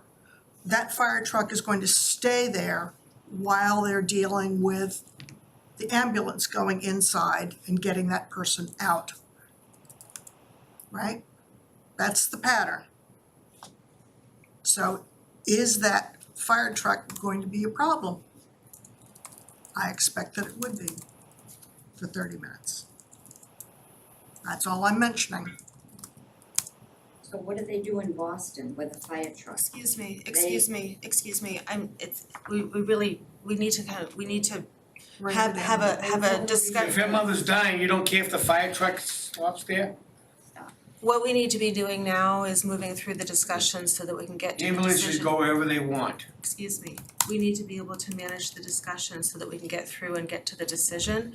And so I'll ask everybody's cooperation to allow the commission to ask questions and have a discussion with the project proponents, and then I will open it up to public comment if that's all right.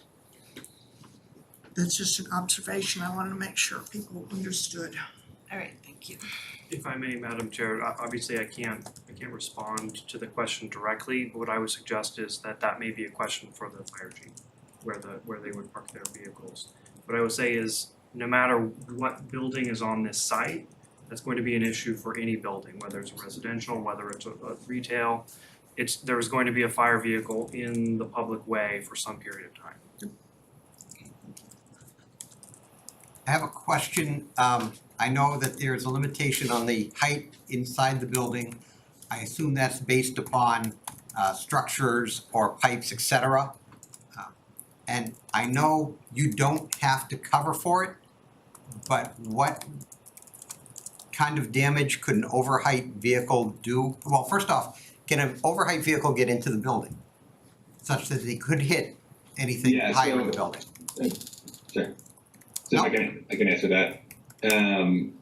So the way that we've dealt with this, obviously, on 24 Gold Street, as well as a number of other projects, is that we simply install your conventional bumper that gives a clear height to what can fit into it.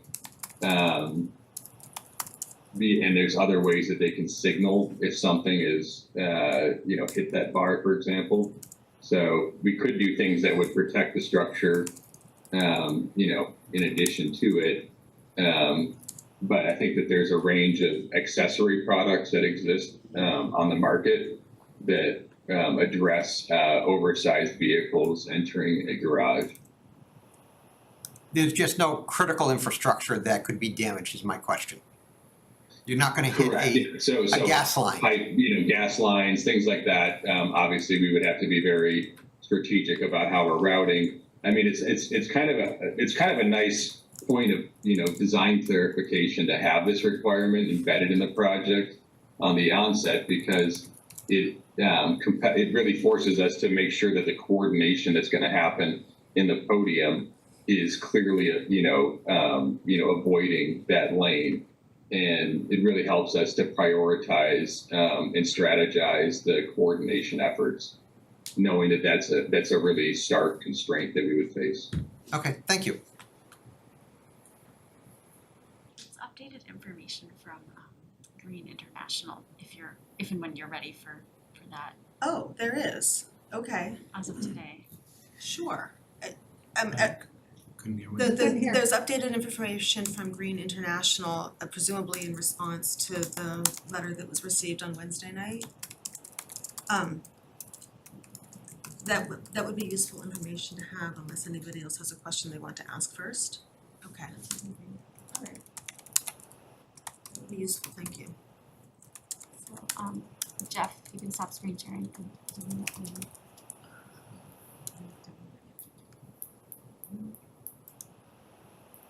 Is this also different from what we've seen?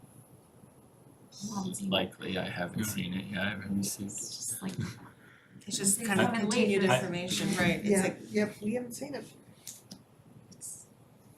not even. Sorry, what is the question? the question is, This do we have this information in is our all packet pulled also? from the current set that was submitted. No, sorry, Jeff, if you could stop your screen share, we just have a quick presentation from Green International that we hadn't received. Yeah, I'm Amy Allen from Green International. So I'm not presenting any new information. I'm just presenting the results of our review of the information that was provided to us in response to our last comments. So this shouldn't be anything that the board has not seen. So just a quick overview, we were brought on as the transportation peer reviewer for the town. We initially evaluated the site distance evaluations, trip distribution, site access and queuing, design of the parking lot and loading zone, pedestrian safety and access, and then potential mitigation measures. So at the last meeting, I went over all of these more in depth. So at this point, I'm just gonna go over what's been updated since the last meeting, or not, the issues that have been resolved since then. So after the last meeting, we asked for updated trip distribution for the more recent census data, and that has been provided to us, and we reviewed it. We agree that there's negligible impact on the traffic operations, and it does not change the total number of trips entering and exiting the site. Another thing we asked for was clarification regarding off-site parking. And we kind of resolved this at the last meeting, that because this is in the downtown smart growth district, they are not required to provide any parking for the commercial use, although they did provide 3 on-site parking spaces. The other thing we asked clarification on was how many on-site parking spaces will be provided. There was just a difference between the report and the plans. So they've confirmed that, as shown on the plans, 20 spaces will be provided on the site. So 3 would be for commercial and the other 17 for residential.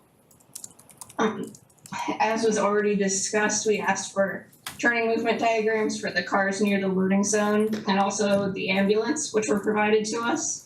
And we reviewed those and found no issue, although it sounds like what I'm hearing now is that the ambulance wouldn't be entering the garage anyway.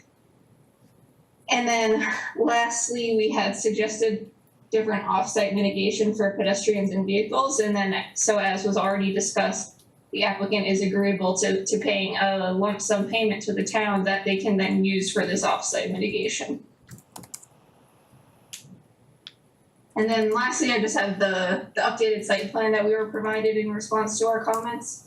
So it shows the pavement markings and the signs for the loading zone, the retail parking signs, and then the no left turn signage as we requested. So that's it. Like I said, all of the issues we brought up before, we've coordinated with the applicant's traffic engineer on, so everything that we brought up has been addressed and we have no further comments. Okay, thank you. Any comments from the commission? So I guess I have a couple of questions / comments. So the trip distribution, right, if I understand that correctly, right, that's done, I'm gonna call it on a macro level, right? Like the numbers, or the percentages of people entering the town of Reading from other places, whether they're coming to or from Boston or, you know, PB or North Shore or Burlington, right? It's the people coming into the community in Reading, not necessarily, certainly not to this building because we don't know who occupies it, or even to the downtown or on the, like, this side of town, right? Right, yeah, that's how it's generally done. Yeah, which is great, right? That's a good understanding of generally where people may be coming and going, you know, which direction to get out of town. My concern with the trip distribution is that that's great from a macro level, but from the micro level, when people are making their trip choices, I think that I think we need to think about this at a little more detailed level. I know personally, when I decide which route to come through town, if I'm coming from the south, I do not drive up Route 28. I don't do it because I don't want to sit in this intersection because it adds another 3 minutes, and then the one further up right out here adds a couple of minutes, right? I find another route, usually let's call it on Elliott Street, or I might go even out around on West Street. You know, detail's not important, but my point here is that people make sort of those micro decisions on how to get around Reading. In this particular instance, knowing that people avoid that Main Street, Washington Street intersection like the plague if they can, if I lived here, it would take me about 2 weeks to figure out that I'm going to take a left-hand turn and I'm going to go around the block out to Green Street and then decide where I'm going to go from there.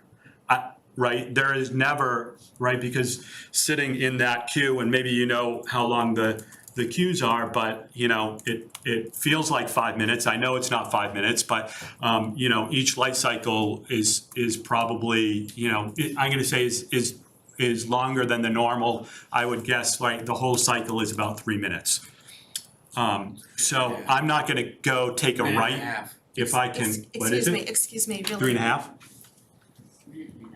It doesn't matter, right? I'm going to go make another route. And the reason why so the trip distribution, okay, whatever, right? That's the information provided is correct, but I'm not sure that gets to the point. And the reason why I'm delving deep on that is that left-hand turn, right? The left-hand turn out of the site, which is always been, you've heard me say this a number of times, right? That's a problem. The solution that's presented here is a sign that says no left turn. If I understand it correctly, the police have no enforcement mechanism to assign on private property. So what's to stop someone from taking left turn? Nothing. Absolutely, just the sign, right?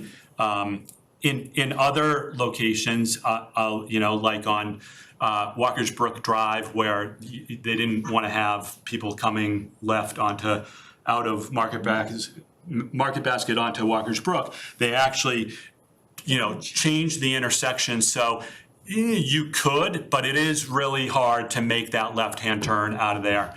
And people, you're sort of forcing people to do the right turn. We don't have that ability here. I mean, I would suggest that that's what you do. I don't think that you can do that and still make all the turns. So even right, our peer review consultant suggested a solution here that I don't think in the end really provides the mitigation that's necessary. And why am I harping on that?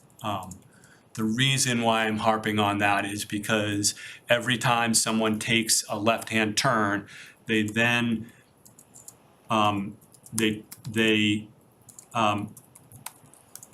get in the way of people going through the intersection and cause another light cycle delay, except for those first 2 or 3 cars in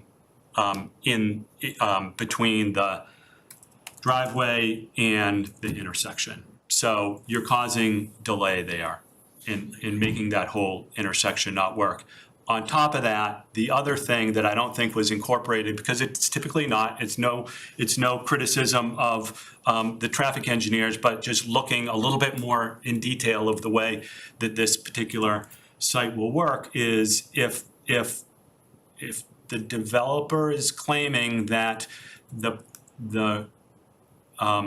patrons of the retail facility will all park off-site, and the parking off-site is across the street, that means that every person, right, there was 108, right, 108 trips, every person is gonna have to hit the pedestrian signal, have that signal, actuate, close down the crossing while those pedestrian movements, again, delay. I don't know how long it takes for that to catch back up. I'm assuming it's another life cycle between that and the left-hand turns. Like suddenly you do have a lot of impact from what is rightly not a lot of cars, but every time a car leaves that site, it causes at least a life cycle delay to a facility that we already know in town is the worst, and I don't think, right, I just went through and, maybe the town engineer knows better, but right, we had this intersection looked at from an engineering standpoint during right the road diet, and when the downtown development, streetscape development was started, when it finished and when it started. So in the past 10 years, right, at least 3 times that traffic intersection, the timing of that was reviewed. Julie says 4, I believe that. So, a number of times, in what can happen is the best that it can happen. There's a number of other mitigating circumstances in the approaches to this. You've got that weird Ash Street intersection, and something that no one wants to cause a problem with is our quiet zone in town and the railroad tracks right there. We can't have the queues crossing over the railroad tracks, or we'll lose our quiet zone across the entire town. It sounds minor, right? It's not a lot of car movements, it's not a lot of turning movements, but there's a lot of little nuances here that I think create a problem. Not the number of cars, it's just it's the density of stuffing all the development on site and then requiring all the off-site to be, all the traffic and access to be off-site. And to me, I've said it before, it doesn't work. It just doesn't work. It's a unique location where there's this, it's essentially in the middle of this intersection without any other way in or out, unlike any of the other sort of developments that we've seen in town, so. That's a lot of what's been on my mind. I'm sorry. I have to There's a say lot. that's a lot of what's been on my mind as well, and maybe, I don't know how much I can add to that, but I remember that one of the things in the last meeting was also like, okay, we're gonna maybe look at timing and look at retiming the lights, and I didn't know if the PTTTF, the task force, had a chance to discuss that, because it's definitely been something that's on my mind.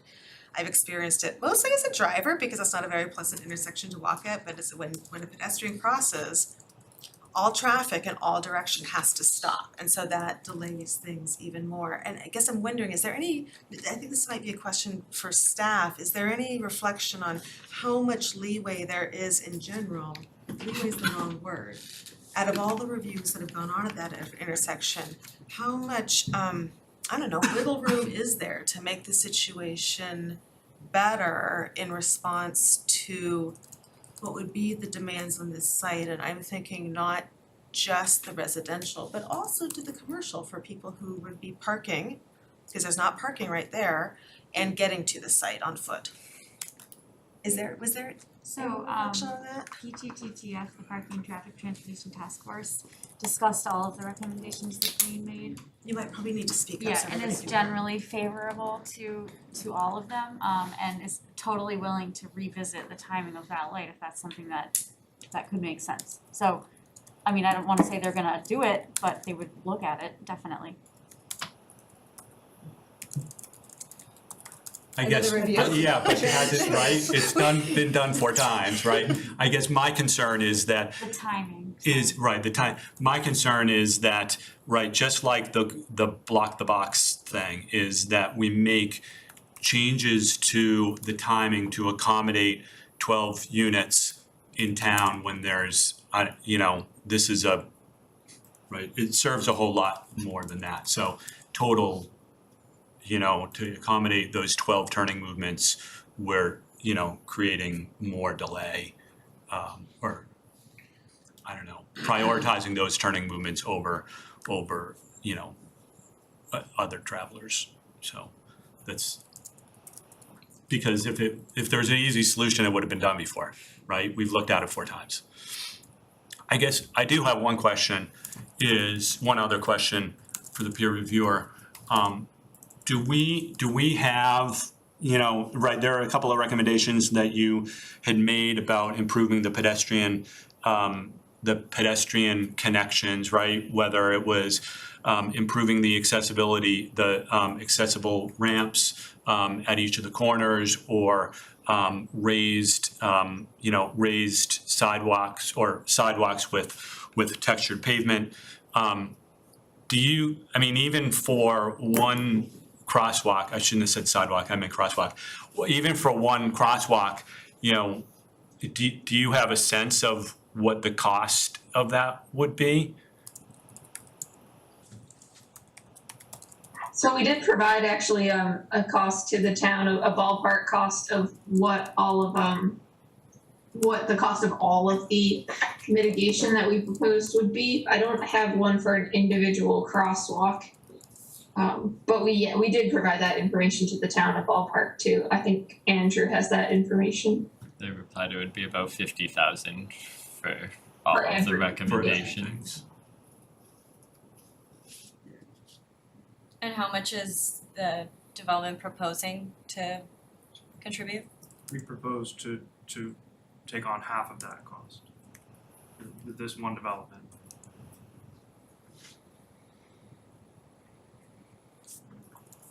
All right.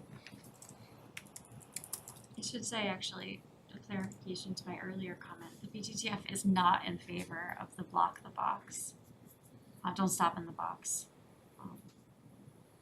Yeah, that was not one of our recommendations. We asked for that to be removed. Yeah, I just wanted I think I asked for that to restate be that. removed also. Yeah. Yeah. Thank you. That actually helped answer another one of my questions. I was wondering what kind of pedestrian improvements could be achieved for $25,000. And I guess, has that question been answered, or from any of the traffic specialists here, would you like to add on to that? So the numbers that we provided were for the signal upgrades. We didn't provide costs for example, reconstructing wheelchair ramps or anything like that. That would probably need to come from a contractor, someone who's more familiar with that. But that would be separate from the 25,000, because that would be required as part of the development, right? Like, I see that as a Yeah. separate. Right. On the northeast corner? On all 4 corners. So that would be separate. I see it as separate. You were asking the question, just, once again, Sam Gregori, I'm the traffic engineer with TDC. Ballpark number for just one ramp, roughly, and assuming that the sidewalk already there, so you're not gonna have to do new gravel or anything like that. Talking about just about $2,000 per ramp. It's just that. Yeah, that's what I thought, Okay. yeah. What was that for later? Other questions?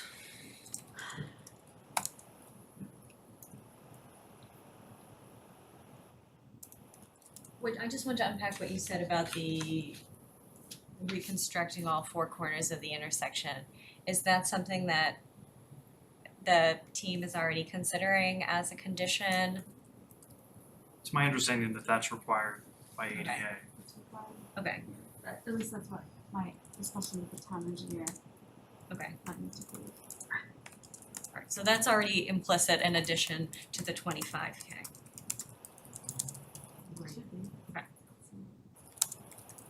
Okay, other questions? I have a couple, one, and they relate to the letter that the response that we got back, saying, there was a question about solar, and kind of to clarify, because the design still had solar on the rooftop. And the response was that no, solar would not be built, but that it would be solar ready. And what exactly does that mean to be solar ready? So what's there and what does that mean? It basically means that the Oh, building. Jeffrey's raising his hand too. You can speak more intelligently than I You're can. welcome to take it. It's primarily has to do with wiring. It's installed when the building is constructed. Okay, so the wiring is all there everything is there for solar and all you need is the panels? And this roof structure. Yeah, the roof structure, so it would be as though it's awaiting its panels and to be plugged in. And then that can be done, at a later date, either by the building association, or it's very common now that there's an agreement made with a rooftop leasing company that will lease your roof on a commercial building for the photovoltaic installation. And I have one other very niggly question, just very quick. There was a good point that was made about how in the drawings, the balconies have doors from where the kitchen sink is and from where the bathroom is. And the question was, and I saw that the full balcony details will be finalized and corrected in the final construction documents. There was a question also asked that was not answered, is are the balconies at least 4 feet deep? And I'm just wondering if we could get an answer to that. And what I'm aiming at is how usable are they? Or are they primarily decorative? So if I can answer that. Sure. Yes, they are 4 feet deep. That's we have about a 4'3" setback from the face where the bay projects out, and then the infill of that is what becomes the balcony. So they're about 11 feet by 4 feet. The door currently is drawn as an outswinging door. That's largely for envelope, like building envelope design. You get a more airtight unit that is more easily, that's more energy efficient by having an outswinging door. If it is determined that it would be more usable, more user friendly to have an in-swinging door, we can certainly look at it. We've done them both ways and have not had complaints on the outswinging.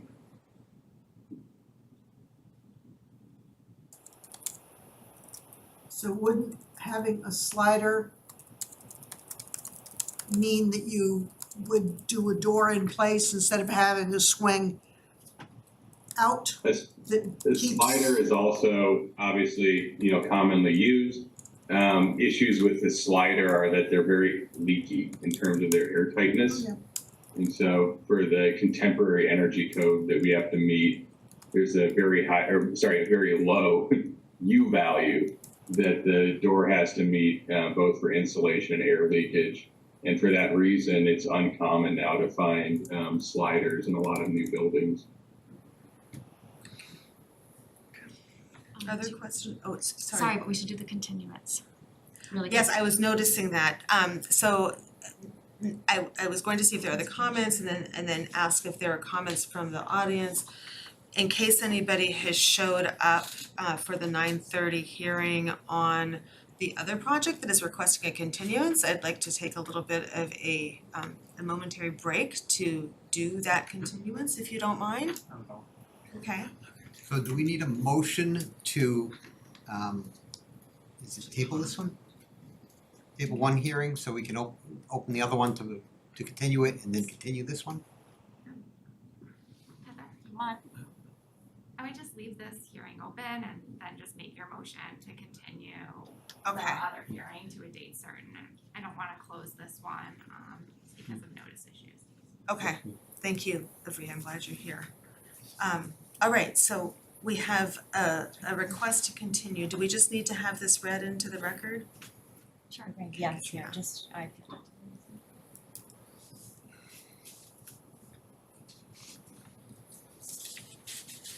And it's right up there if you wanna. Yeah. Okay, re-DSGD application 25 Haven Street, Reading, Massachusetts, Assessors Map 16, Lot 309.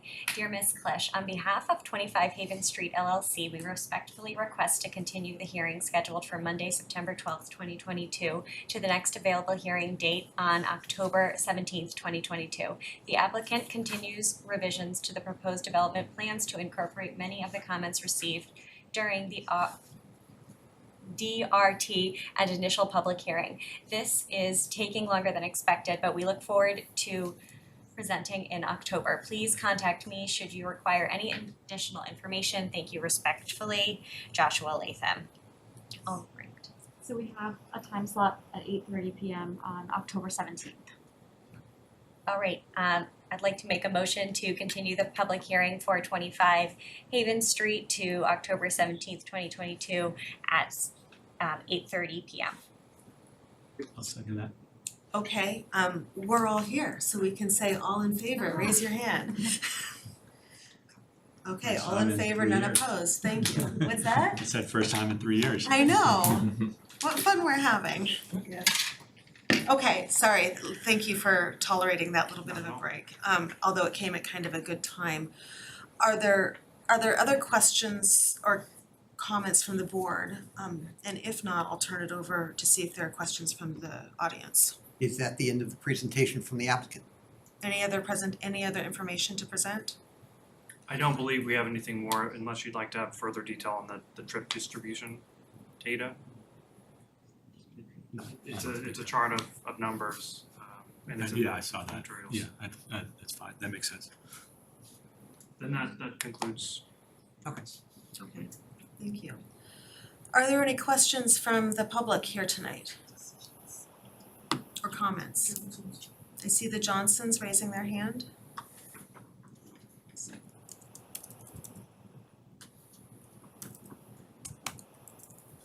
Hi, Lisa Johnson, 166 Washington Street. I just have a few last things. I've asked a lot of questions over the last months, and I really appreciate the board giving us time during all these hearings. One thing about the traffic assessments, and I'm hoping that someone can shed a little light, maybe one of the traffic experts. It seems that everything in all the materials and the updates have been geared to residents. So when they talk about the vehicles coming out and going in the rush hours, you assume that means whether going to work or dropping kids off at school. Do traffic assessments, or do these, or typically traffic assessments, talk about the vehicles that go to a residence because people live there and they might get pizza delivered at 5 o'clock or shop on Amazon? A friend comes to pick you up and bring you to the football game. Is that part of any of the data we've seen, or has it really been geared to the people who live in those 12 condos? Well, we have some experts with us, okay. So once again, Sam Gregorio from TC Engineering, so on the applicant. Oh, you know what you should probably do, because this is important information, is if you could come and stand on the orange strip, they'll be able to hear your response, as will everybody else. Yeah, it's this thing right This here. thing will look at you with its eyes and present up there. Yeah. So once again, Sam Gregorio from TEC Engineering, with the applicant's traffic engineer. So we base our information for the projection of trip generation for any one site. Typically, for most of the time, and then some of the towns even have this written into the zoning law. I don't believe Reading does, but we do it anyways this way. From the trip generation manual, it's a massive document published by the Institute of Transportation Engineers every couple years. The last one came out actually at the beginning of COVID, although it doesn't include any COVID-related data. And I'm pretty sure the next one, which will come out a couple years from now, will also not. It's basically a document of thousands upon thousands upon thousands of traffic counts done throughout the country, different locations, urban, suburban, for different types of land use. In this case, we have a particular type of land use, which is a multi-family type residential use. So for that individually, there's also dozens and dozens and dozens of counts just for that. And based on that, you get generally a line of an average curve rate or a fitted curve rate, and different types of ways you can calculate based on the types of units or the time of day, the daily distribution of who's coming in and out, based on all these traffic counts that are done in lots of locations. For this particular site, and for the residential uses in there, it's taken into account, it does not discriminate against anybody who's coming in and out of a site. So as you do a traffic count, let's just say one of the sites that they might have counted was maybe the residential building down the block right here. Probably wasn't, but I mean, this is an example. The person doing that count does not know who lives there, but I'm betting they get delivery of pizza as well. Some of the people are going to work, some of the people are not. UPS drivers, got dropped off, he gets counted as well. So it counts anybody who's coming in, and based on the number, in our case, the number of units, you can get a general rate of how many cars per day are coming to and from each site. And that number is different for different types of residential usage. So a single family home is about, for instance, 9 trips a day. 2 people maybe live in the house, 2 trips in the morning, go to work, 2 come home, someone went to soccer practice, someone went to the supermarket. So again, it doesn't discriminate where they're going either, it just knows if the car left. Or the person, in this case, sometimes if the person walked out and left, because you can do it by person trips as well, not just vehicle. So that's where we generally get our data from. So over the 12 units, there's just generally an average of how many times someone is leaving each particular unit a day. And as we go through, we look at basically on what would be the worst hours of the day, which is the AM peak hours. So that's usually not, or in the PM peak hours. So those are not only the worst case for the residential unit itself, because usually you have maybe multiple people going to work or multiple people coming home. That's also the worst for just the rest of the roadway in general as well. So although there's traffic in the middle of the day too, and there are people leaving the site, our site in the middle of the day, someone who's a stay-at-home mom, might be going to the supermarket, for instance. Overall, when they overlap the traffic on the roadway already and the traffic from the site, the worst hours of the day are the AM and the PM. So when you're trying to determine what you were going to do for mitigation, you're usually looking at what your design hour is, and for us, for a residential development, or in this case, would be the AM and PM. We do have retail on site that is assessed as part of the site as well for the square footage of the retail area. The retail peak is basically the PM peak as well, so it overlaps with the residential peak as people come home from work and they stop at the grocery store, they stop at the gas station, they stop at the retail building. So the retail building is also generally a peak in the PM as well. There is a lunchtime peak if it was going to be like a cafe, for instance, we'd take that into account. But the overlapping, what's on the rest of the roadway, is still high, but much lower than what would be the AM PM peak. So if it's going to work in the AM PM peak and what our mitigation will work in the AM PM peak, it's going to work in the rest of the day. Different types of land use, you're doing different types of hours.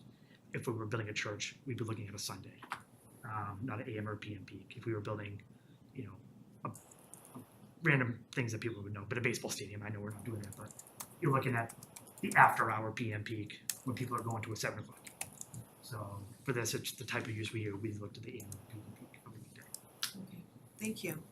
We have Green International as well. Did you want to add anything to that? I really don't have anything to add. I think that what Sam described is the industry standard. That's exactly how we would have done the study as well. So I'm in concurrence with everything he said. Okay, thank you. Back to the Johnsons. Thank you. Thank you for that information. I was curious about that. It leads me to something I've brought up in the past, just a friendly reminder. All of the downtown smart growth district projects that have multi-residences in this town have either parking out front or on the adjacent side street. Some actually have lots in the back. Like for instance, the Woburn Street new one has the CVS parking lot. Haven Street has the parking lot. All the others have the side roads are out front. So when Amazon comes and the pizza delivery comes and your friend comes to pick you up, they don't go in your parking lot. They're not gonna pull in and they're not gonna pull out onto Washington Street. But every single vehicle that does anything with any person in this building that lives there has to pull in and pull out onto Washington Street. So I do hope the board is considering that. Very, very different from all the other developments with multi-residences in this town. And as it was been mentioned, by the board, a car here and there makes a big difference at that intersection. And just one other reminder,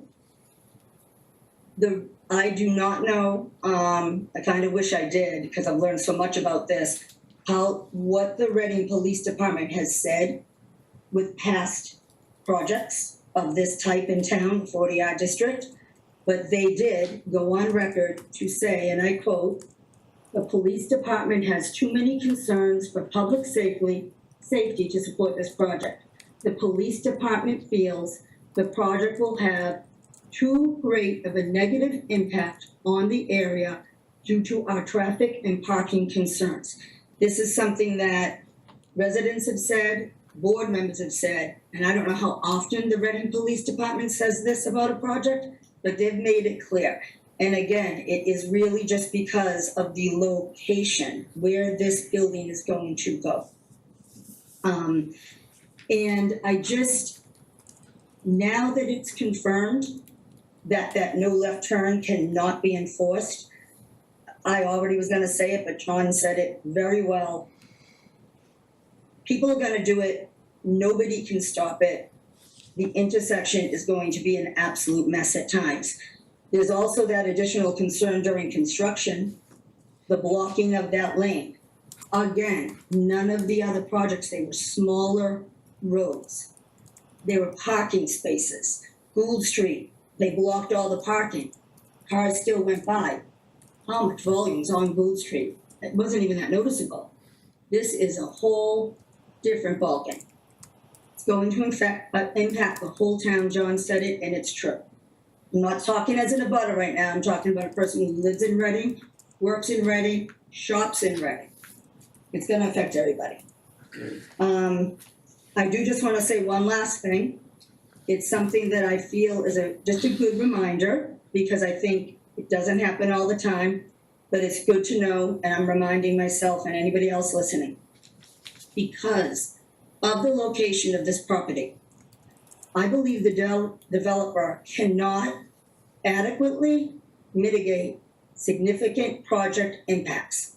That's what's noted in our zoning bylaws as criteria for not approving, because they cannot control where this property is.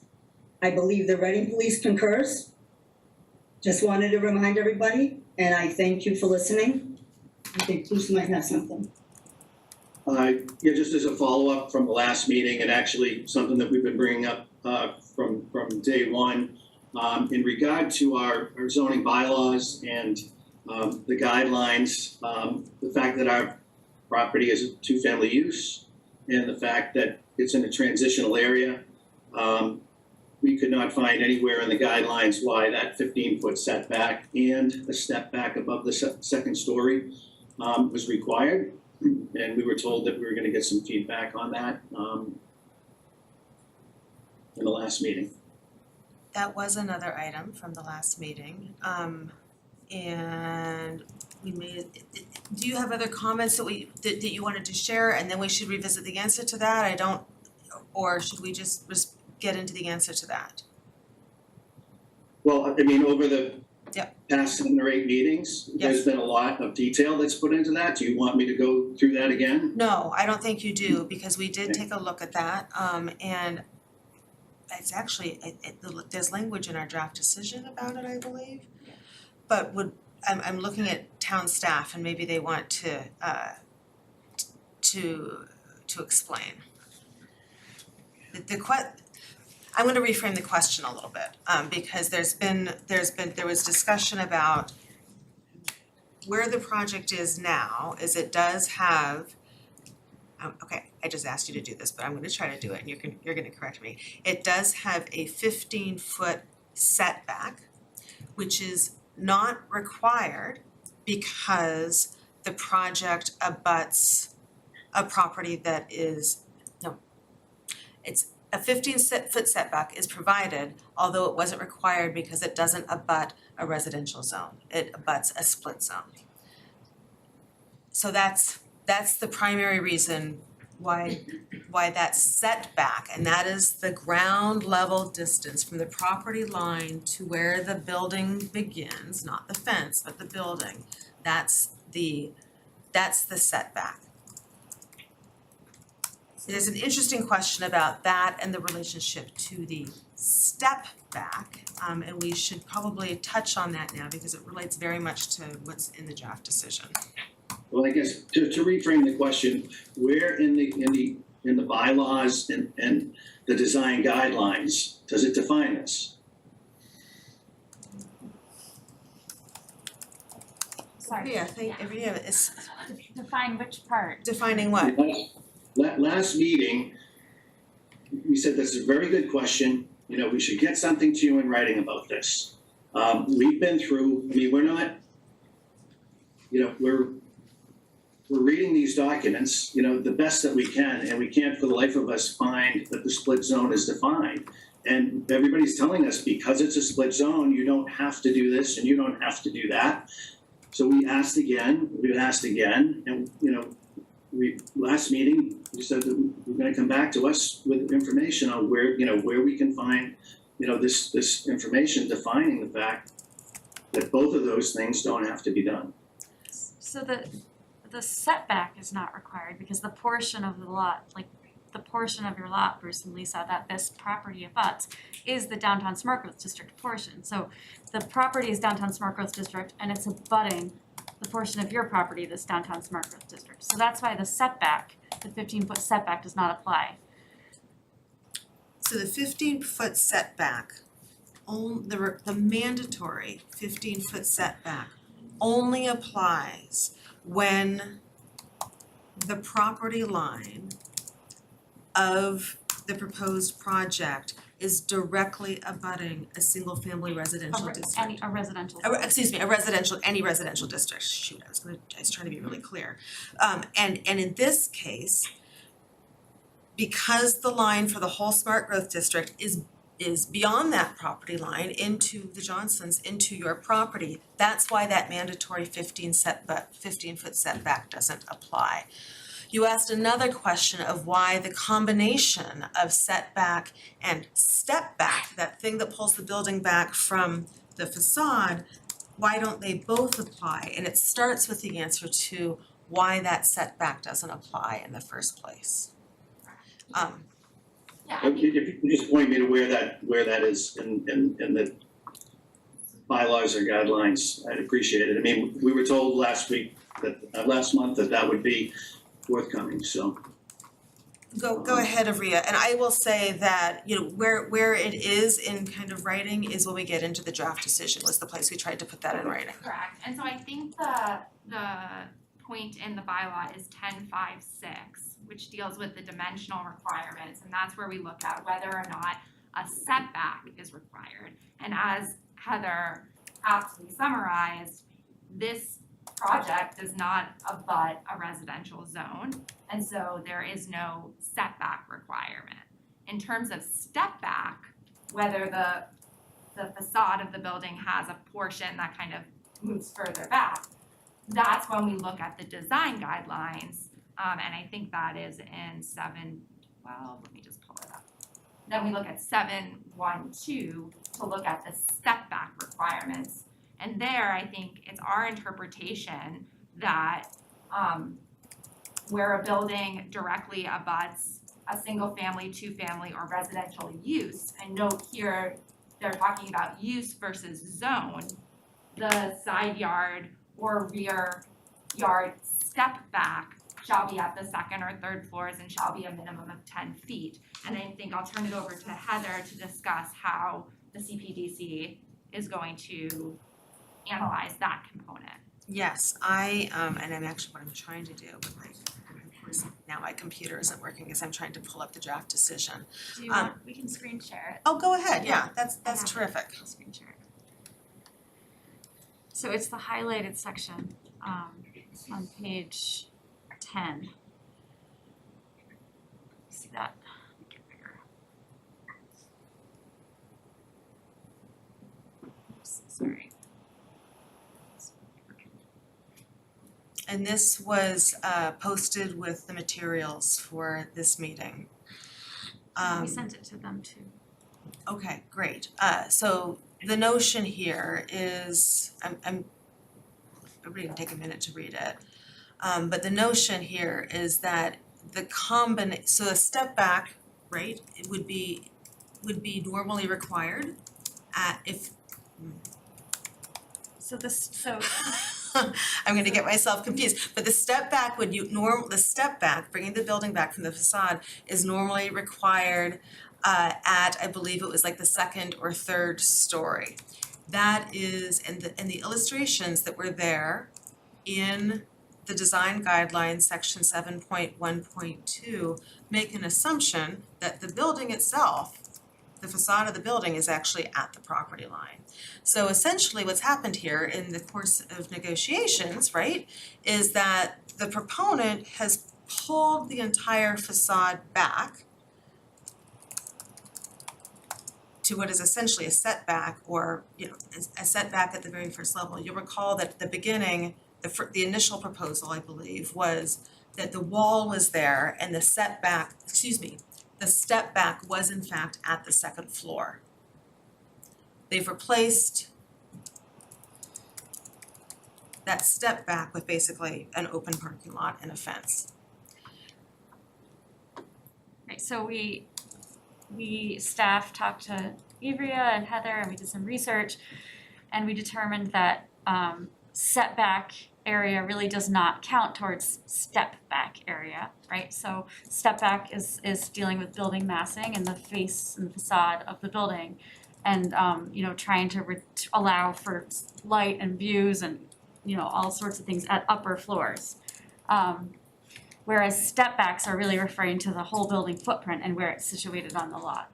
So the applicant had originally proposed that the building was on the lot line with the enclosed garage and then the step back at the second floor. After discussions with Cpdc and the abutters, it seemed that that was not favorable. The applicant then pulled the building back to get the building massing away from the abutters, took the roof off the garage, and then did not provide a step back of 10 feet as required at the top, at the second or third floor. So what we are asking is that the applicant actually seek a waiver from that step back requirement, and for the reasons that I just explained.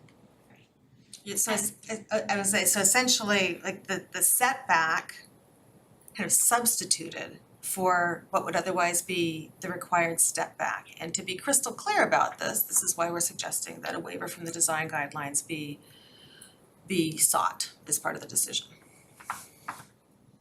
Correct, yes. So I think that, and Jesse can speak for himself, but I think the applicant takes the position that a waiver is not required here. I think we have a differing view of that, and so to just clear everything up and make it as unambiguous as possible, we do advise that a waiver be affirmatively voted on and considered as part of this process. If I may, Madam Chair, just to clarify our position, we did have a conversation with Town Council earlier today about this issue. And the language that we cite in section 3 of the design guidelines talks about that the Cpdc candidate's discretion approve reasonable and justifiable minor deviations from the design standards if, in its opinion, such deviations contribute to the goals articulated in section 6 more effectively than literal compliance with the specific requirements. So it's our position that, as you described, providing a full building setback rather than having the building at the lot line and stepping back the upper floors. In our view, that's a more optimal solution to achieving the buffer to the residential neighbors to the rear.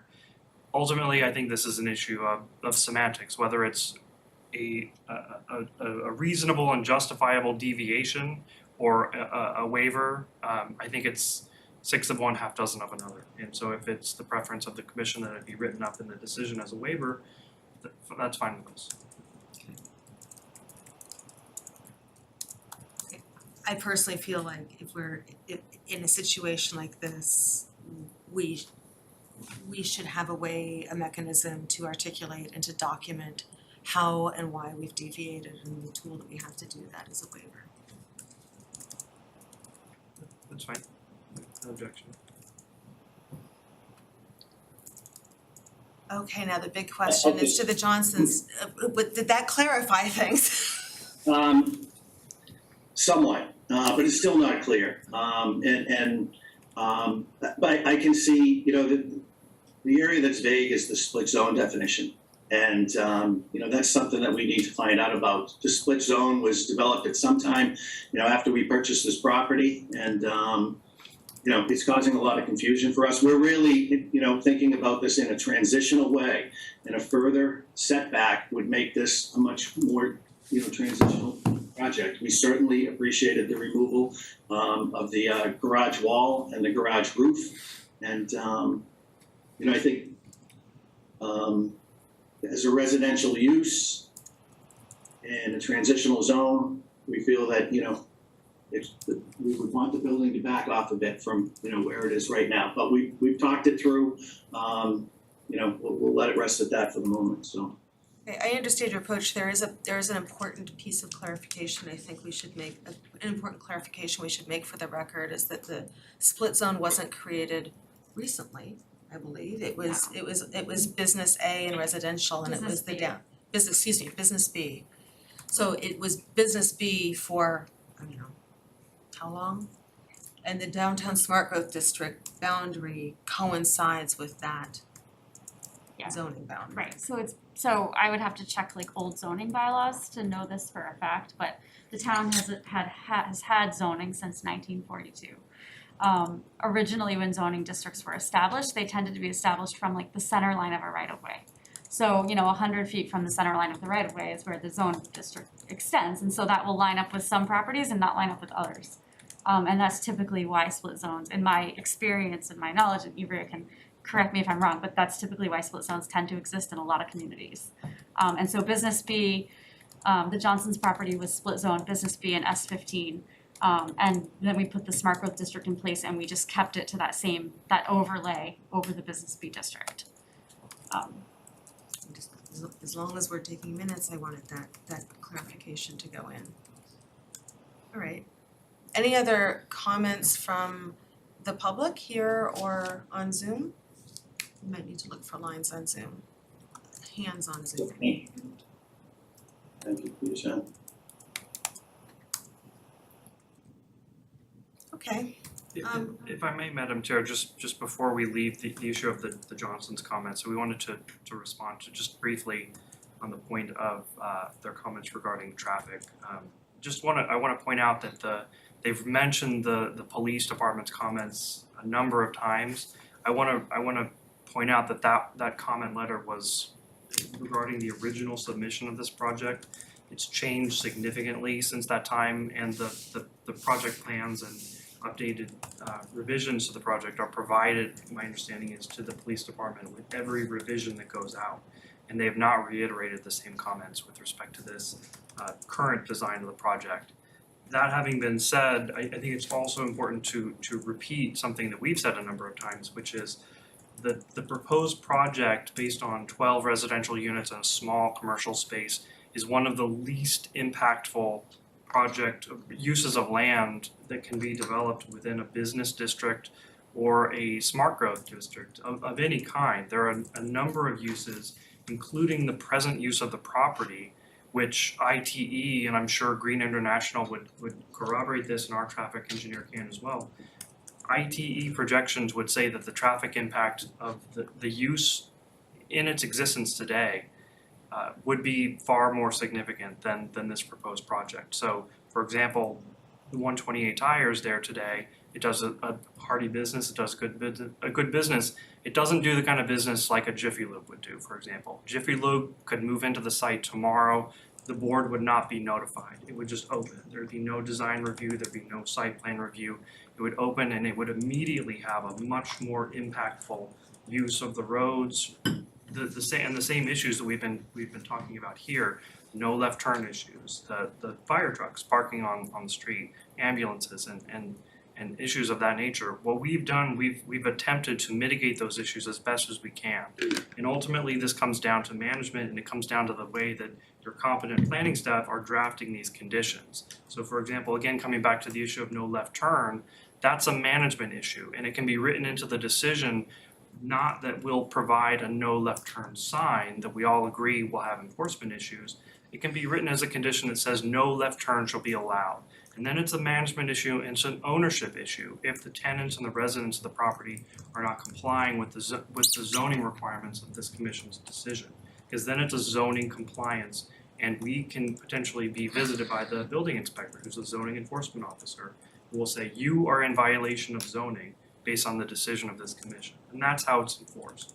Will it be enforced by the building commissioner on a random Tuesday when Jane Doe takes a left turn out of the garage in violation of the sign? No, obviously not. But in the long term, it's something that management will address. So I'll conclude there, Madam Chair. We just wanted to make sure that those points are reflected. Okay. Can I ask a question? Yes, yes. Has the police department responded to any of further submissions? Noting anything, or is that the only? They haven't provided like a memo to CPDC, but we've discussed at PTTF, So- like pedestrian management plan and everything. But they haven't provided any other further writing? No. Not since that last All right. one. Thank you. Okay, thanks. Well, it's 10:10. Any other questions, comments, or are we ready to look at the decision? Just because you mentioned the existing use, what, is that taken into account in the trip generation? I don't believe it is, or? It is not. So the way the traffic study is done in a conservative manner. So right now, the site is generating traffic. We did not subtract that from our study, which we have full right to do. So anything that we're showing as part of the traffic study is more than what's gonna be on the site because of that. Even if it generates, I don't know the exact number off the top of my head, but let's say it generates, 100 trips a day, 50 in, 50 out. Over the course of a day, that's not a lot for an auto body shop, not at all. Then we would generate theoretically projecting only about like 50 or something new trips a day, which is over the course of a 12-hour normal business day, is a couple cars an hour, you would never even notice. Tuesday and a Wednesday right now generates more difference between the traffic than what you would actually see the site without even taking credit for the existing use. Because we're only at about 7 per hour. It's 1 every 10 minutes. We don't notice a car every 10 minutes. We just don't. Oh, thank you for that clarification. Just wanted to ask because Jesse brought it up. Anything else? Okay, so in our packet, in the packet that was online, we have 2 draft decisions. And what we should start with is option 1. The one labeled as option 1. Take a look through that, and I believe what we will do once we've reviewed the decision and made any changes to it that the board wishes, we'll go through and vote on the waivers. This will be our very next step. Right? Okay. Andrew, you've got it up there. Yeah, so, I'm pulling it up as well. Would you like to kind of just walk us through, especially, and we can throw in comments as we need to. It's a long document, it's 20 pages, and I know you've highlighted some areas that need our review in particular, like our review tonight in particular. Yeah, so as always, we start with all of the materials, a brief kind of description of the proposal and then the materials submitted. I believe we've captured everything, including what was submitted up to today. I quickly went through that this morning.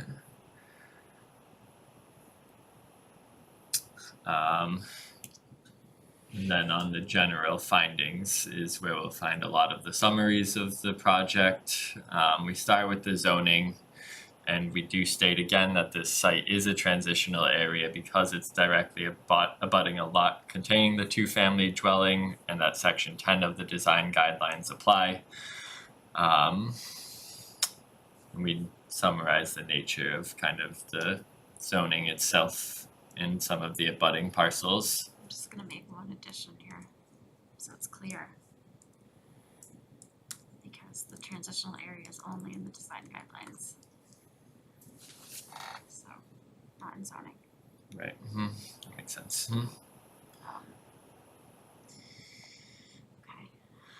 An overview of the lot and again, some of the abutting right-of-ways and buildings and what the existing site contains today in terms of a story, use and curb cuts, and then the proposal summarized from a high level in terms of units, parking and curb cuts, as well as some gross floor area, gross square feet.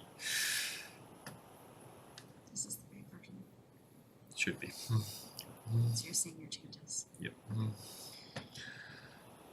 In section 3 here, we look to outline the setbacks, step-backs, and the dimensional requirements that apply to the development. This project has a varying amount of step-backs and setbacks, so starting at the north facade, which is the side abutting the Rise 475 building, that will be stepped back 3 feet 6 inches from the northern lot line. And of course, Jesse or Jeff, please correct me if any of this information is wrong or a bit outdated. The building structure maintains a 16-foot setback from the eastern lot line where it's abutting that 166 Washington Street parcel. And there we kind of described the 8-foot tall and long perimeter fence that's located on that same property line. So it should be noted of that just because an 8-foot fence, actually I believe the building code might have been updated that did previously require a building permit for a over 7-foot tall fence. That might have been updated nowadays that an 8-foot is allowed without a permit, but we noted it nonetheless. And again, on that east facade, there's a 4-foot 2-inch step back at the 4th floor level on top of that setback at the ground 2nd and 3rd floor levels. So on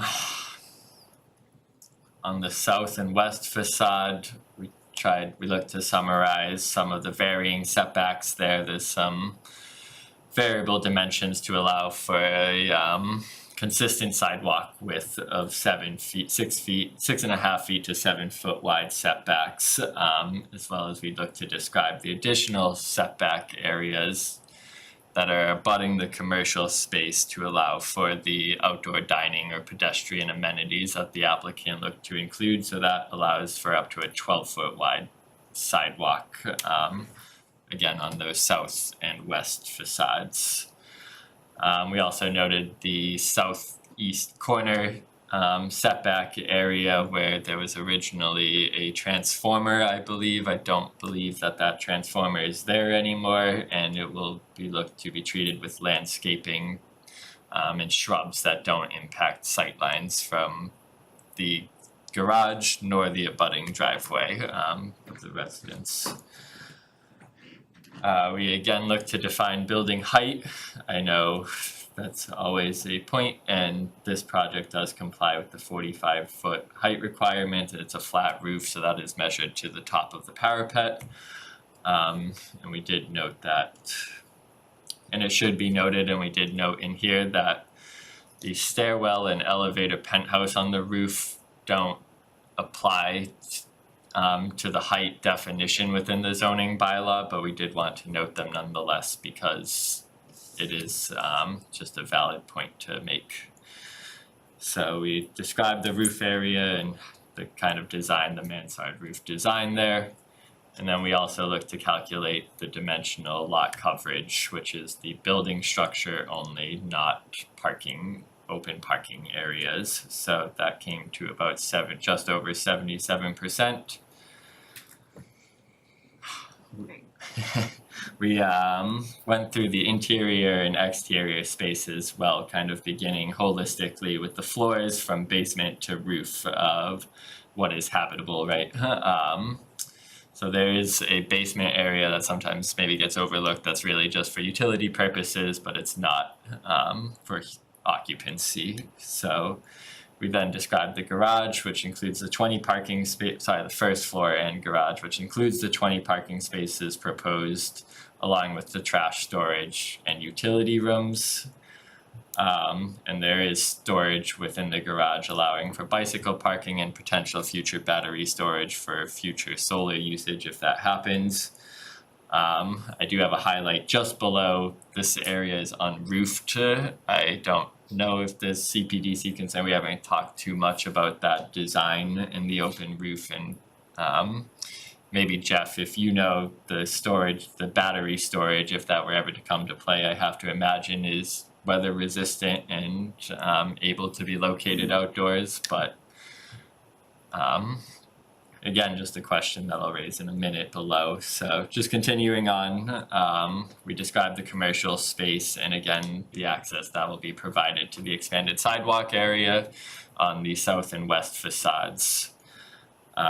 We then kind of get into the detail of what the residential units look like and the amount of bedrooms, the gross square footage of said bedroom units, 1, 2, and 3 bedrooms, and we summarize all that here.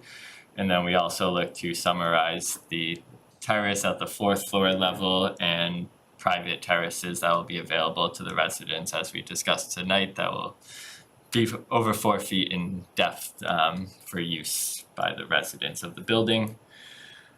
And I guess that's that area, so I don't know. We'll continue on to the roof, again just describing the elevator shaft, the stair penthouse, and the amount of area that's looking to be dedicated to potential future solar panel usage, PV solar.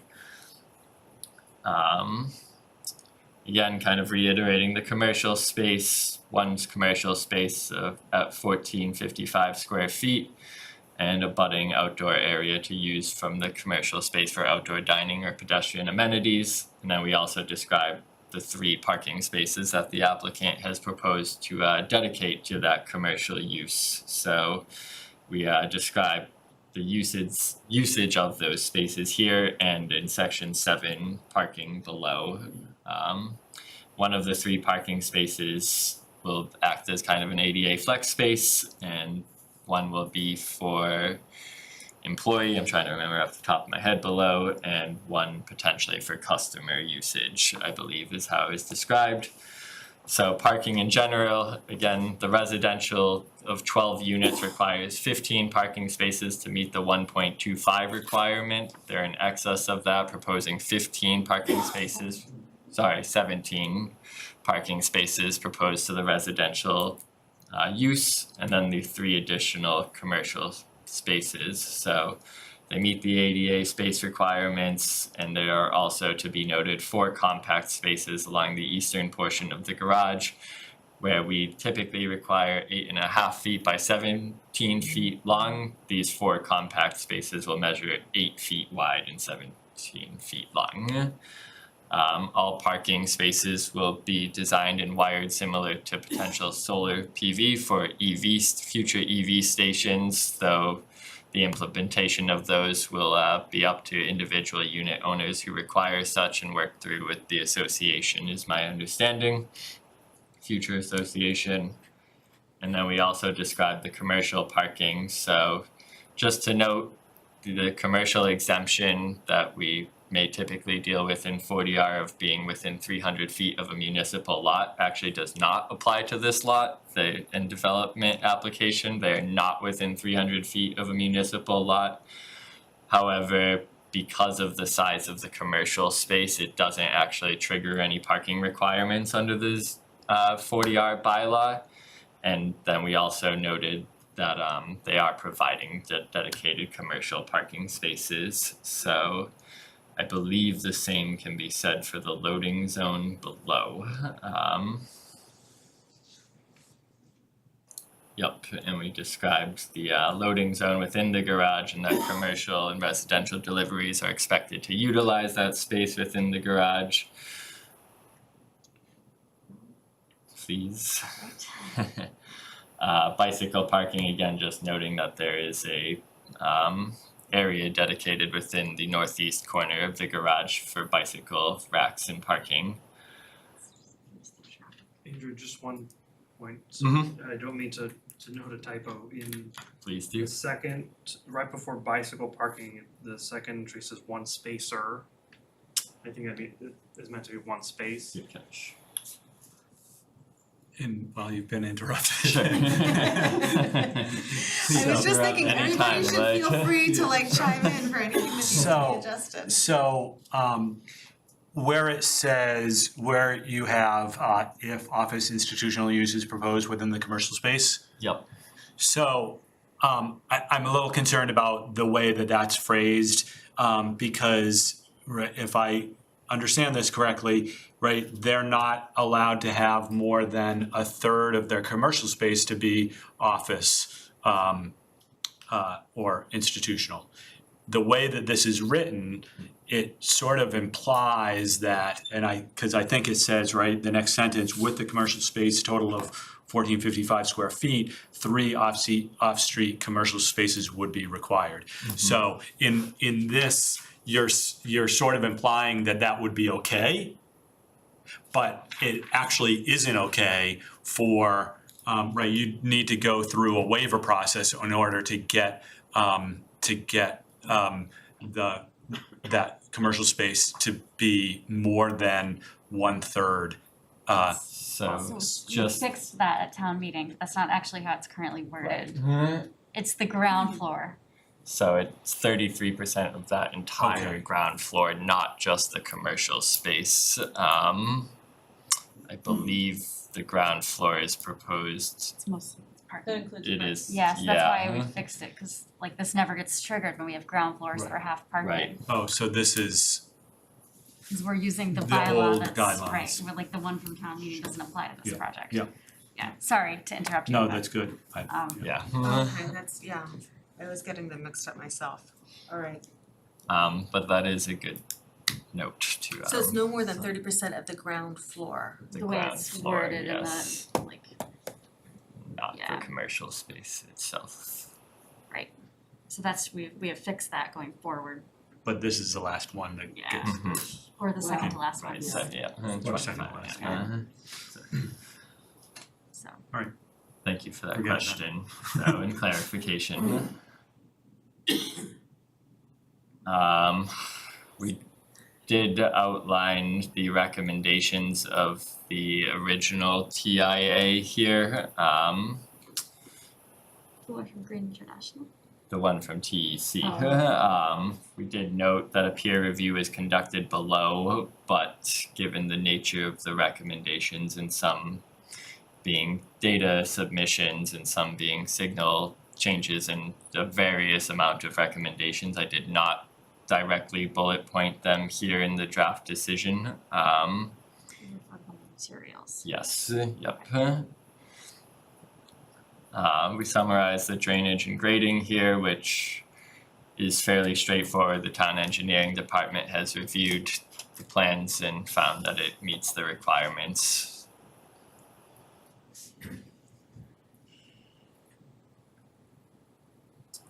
Utilities as well, a number of new utility connections proposed, all to be within the underground, and an oil water separator within the garage as well, so new mains and new connections will be made from both Main and Washington Street.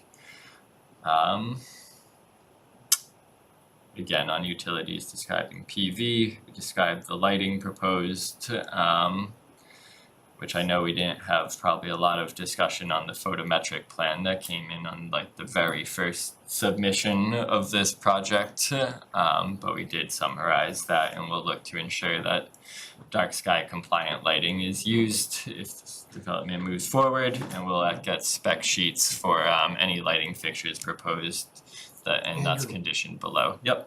It says upper floor exterior lighting shall be dark sky. Shouldn't be all exterior lighting? That's a good question. I'll have to look at the design guidelines because we have seen goosenecks, right, that aim downwards and do illuminate the sidewalk a bit. I believe the upper floor lighting is dark sky compliant due to the view from residential butters. I'll have to review that language though, again, to be sure. Andrew, would you like me to read it to you? Sure, please. So it's 846. All lighting shall be oriented downward and Okay. otherwise conform to dark sky standards. Uplighting is permitted to light a primary entrance when the light fixture is mounted under an architectural element, e.g. roof, cornice, walkway, entryway, or overhanging non-translucent eaves, so that the uplight is captured. So it's all lighting. All lighting, Right. any There ground is floor limited uplighting. uplighting is permitted, so you may wanna say all exterior, and then I put at the end, like, comma, unless, You could just do limited uplighting is limited uplighting in accordance with 846 of design standards.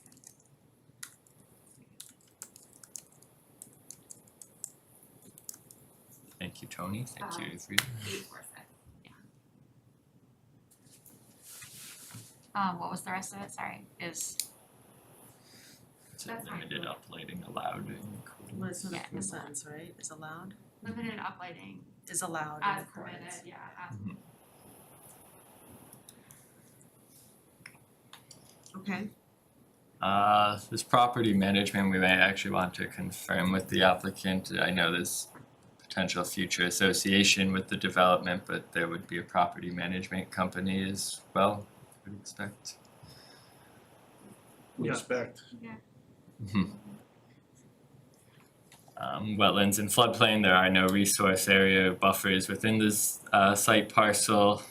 Landscaping, there's a small amount of landscaping proposed at the retail entrance and again in that southeast corner of the lot where they provided a setback for sight lines.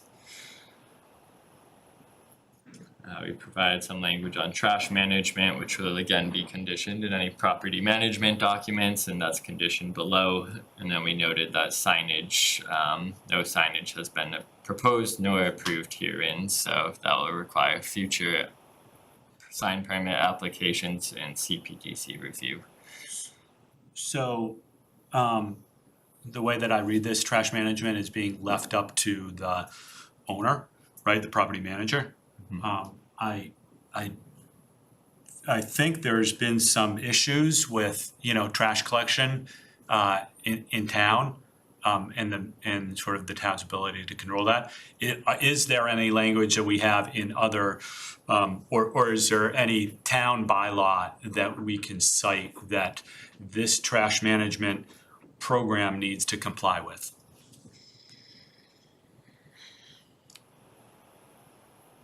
And we might have someone here in the audience that has some. Who appears to be looking. Yeah. Well, I'm not aware of any bylaw, so I need to take a look. Okay, okay. I will have to take a look, so I do think if not wording our conditions to allow for maybe language in that property management documents of up to a certain amount of times a week. We've had to ask for increases at other developments for additional pickups during the week and also additional toters or whatever they call them, right? So like, I don't wanna jump to conclusions about what issues you're talking about, but I mean, there have been various issues at different properties for Right. different reasons. Right, there's two things. Yeah. One is not being picked up enough and the other is being picked up too early in the morning. Oh, okay, and the other is not Not designing a enough trash room bins. that's actually big enough. Well, that's, yes, yeah, And especially where people are getting everything delivered and there's so much cardboard. yeah. So, There is a bylaw, 811, the general bylaws that deals with when trash should be picked up. So it prohibits the collection of trash out, after 9 p.m. or before 6:30 a.m. There doesn't seem to be a bylaw that would address the issue of trash not being picked up. But I do question whether that would be a Board of Health issue if it became Yeah. to such an extent, but If it then becomes, if it becomes a nuisance, then it's a Board of Health Right. issue. Yeah. We have language down below requiring certain language in the property management documents, where we can put in, like, this is just a finding, so in the conditions, we can mention like that bylaw. Gotcha, Okay, gotcha. great, okay, we're Sorry, still in the jumped the gun. findings, that's right, okay. That's good. No, good stuff. Should we go through the design standards one by one, or how do you feel about that? No, but we should, unless somebody here wants to, but where we have that highlighted, we should just review that language and make sure that says what we wanted to say, right? Sure.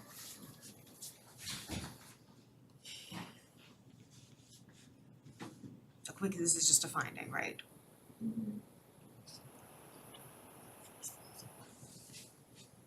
Yep. So when we get down there, we'll vote on a waiver to this section of the design guidelines. Yeah, we can add it in. Has it been, did you add it already? I did not know, so guess it was TBD if they were gonna request that or not. Okay, alright, so we'll add that in. Okay.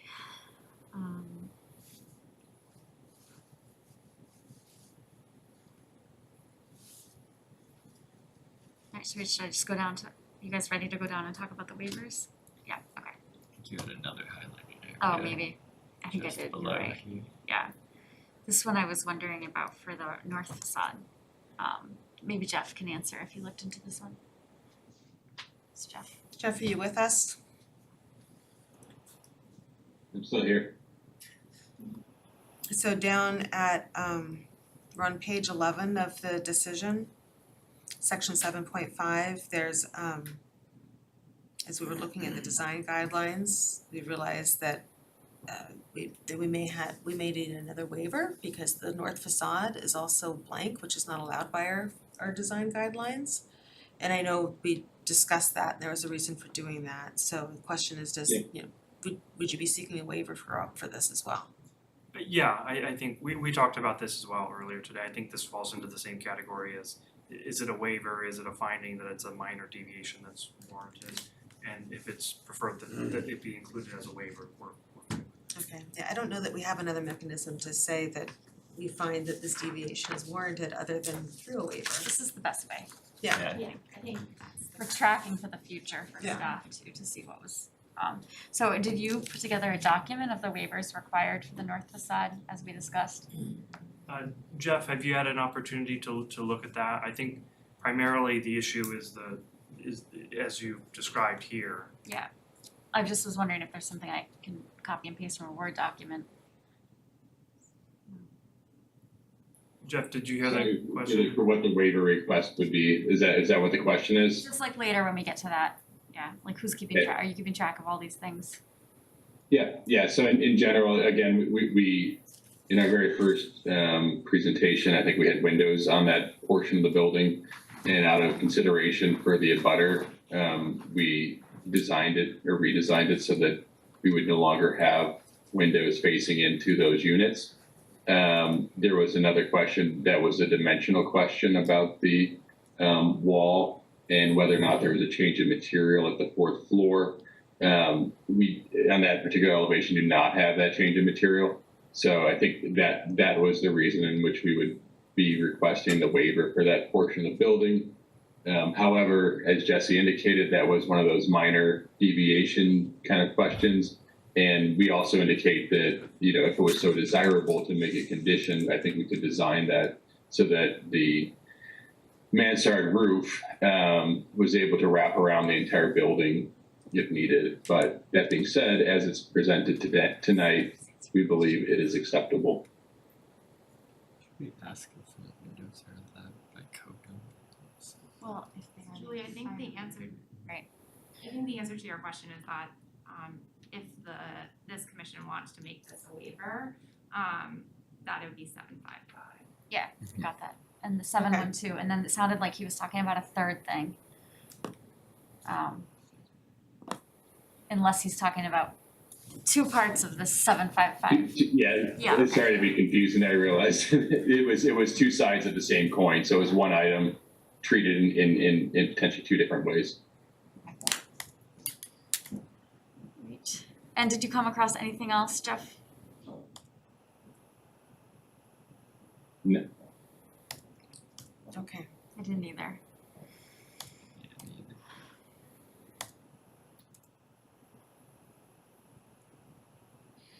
Right. So are we moving ahead to the waivers? I was, if you want, if you're ready. I think perhaps we should, in the interest of time. So, let me put them all on one page for you. Of course, you still can't see the whole page. Which page are they on? Blow it up, but this, so 14. there's waivers that in the existing bylaw, the 5 waiver justification criteria, and then we have listed here what the waivers are, and then we will add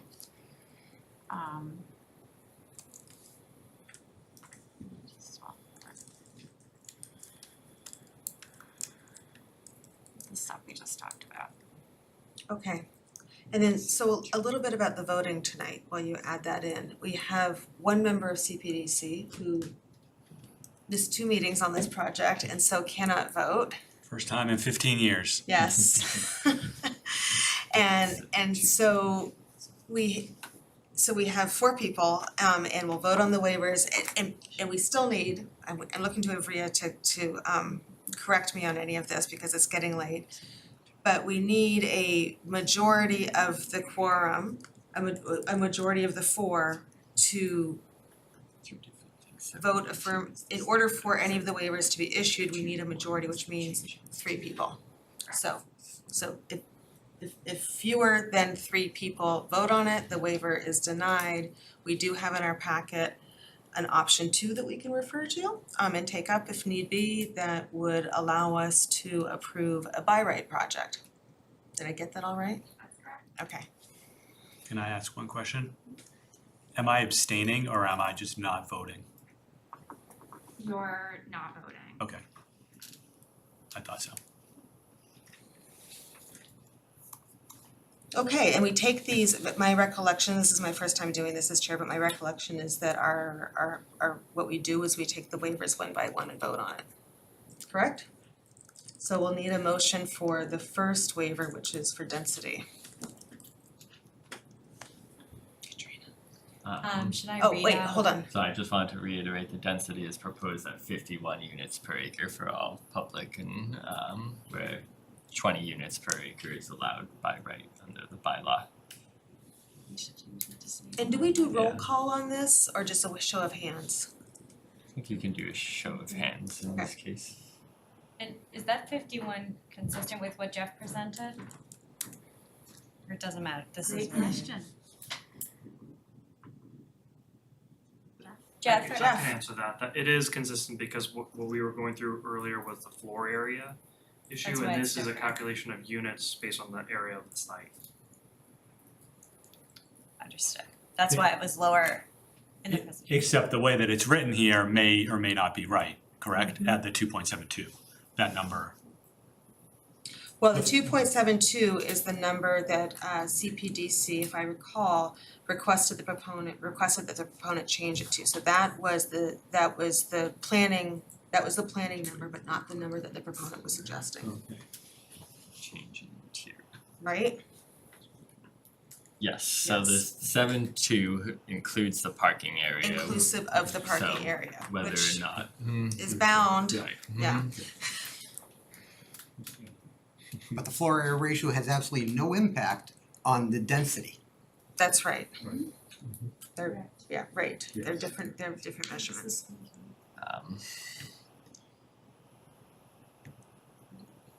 We just can do it when we get there. Yeah, I I suppose, mean, if we get there. Okay, I wanna wait till you're ready to, because I know you just did the design guidelines one also. I was just adding in. Are there 4? there's 3. So 3 more. No, 3 3 total. Okay. Yeah. So let's just finish this. We have the requirement. For a change in plane. That there be a change in plane articulated by projecting or recessed bays, balconies or setbacks. Hold on one second. Mhm. Recessed space, projected or Recessed recessed bays, space, balconies or setbacks, Okay. specifically in this case to the north facade. We can areas this waiver would apply to. The north facade. Mhm. Okay. And then this one, 755. is that the thing that, is this the one that Jeff was just talking about? Or is he, there's 755, it still has two parts. It's actually Yeah. pretty similar language, Yeah. change in material. Yeah. Madam Chairperson, I assume we will be voting on the waivers individually? Yes, we'll vote on them individually. For a change in material. Change in material. And the roof wrap, what's the word?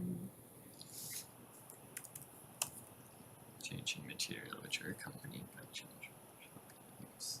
But it's really change in material on the roof facade. Okay, cause he mentioned the roof too. I don't know what the roof has to do. Okay. Is that comment? Could be a change in material. You know, I was hoping that the applicant would do this for me, but it seems like I failed at that request. I guess it does change at the fourth floor level. So what is it? Change in materials and what was the? Change in material which are accompanied Accompanied by by- a change in plane.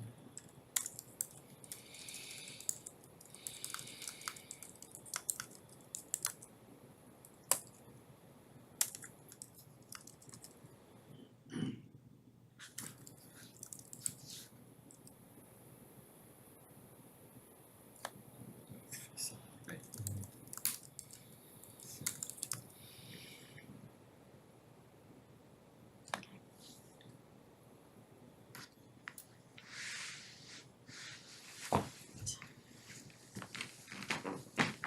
So we might need to do something like this.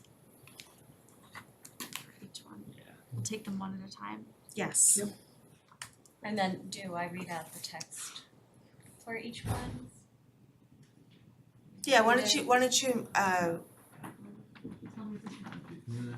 Right click. yeah, for the motion, does Katrina need to, you can just, Refer to them by name. yeah. Exactly, you could just say, move to grant waiver one requested as written on the screen.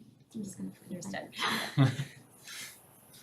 Alright, Alright, I'd like to make a motion to grant waiver number 1, density, as written on the screen to 459 Main Street. Second? Okay, any final discussion? I'm not taking sorry. I probably shouldn't, but I will. Please stop me if I'm saying anything wrong. I just made the space for it, so. From what I can see, that every issue we have with this project is either caused by or exacerbated by the density. The applicant has not come down from the original proposal, I believe. I don't recall any other 40R development that started and ended with the same number of units. Everyone had come down. So I am planning on voting no on this. Any other discussion?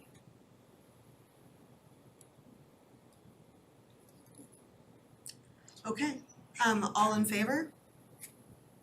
All opposed? So I don't usually do this way, so There, 1, one in 3. favor, yes. 0. That would be incorrect. Actually, no, just 1-3 because John's not voting, correct? Or how do we do that? Yes. 1-3-0. Okay, No. 1, 2, 0. okay. Oh. No, I thought that was abstain, okay, It is, but Yeah. nobody abstained.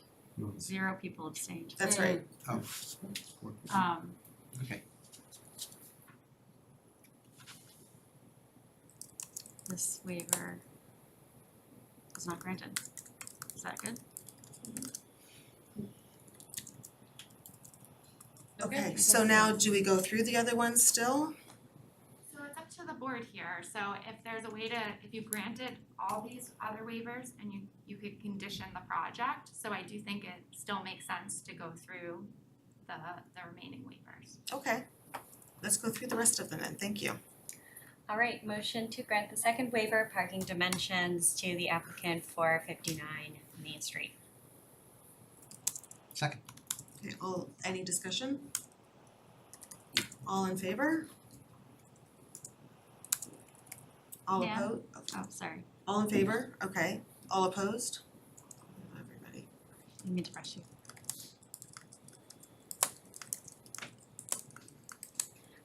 All right, motion to grant the third waiver, garage drive aisle width as written on the screen to 459 Main Street.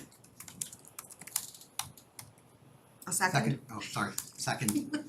All right, all in favor? Oh, any discussion? All in favor? All opposed? No, everybody's in favor. Motion to grant the fourth waiver, landscaping as written on the screen to 459 Main Street applicant. A second? Second, sorry. Any discussion? I'm still confused why the applicant would request this waiver.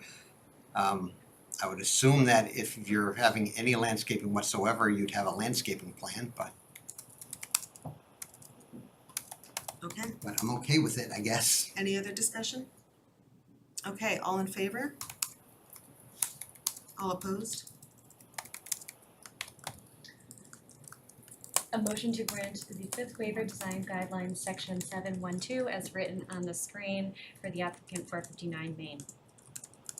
Second. Okay, any discussion? Just wait a second. Yeah, and I'm actually, I'm reading this one now. 1.5 arms, let's not forget. Not that I'd be any faster on two. Okay, Yeah, please slow us down if I'm you. just gonna fill this in so that I don't have to read it. And then we can. Oops, this was this. Okay, any discussion on the waiver number 5 for design guidelines 7.1.2? Okay, all in favor?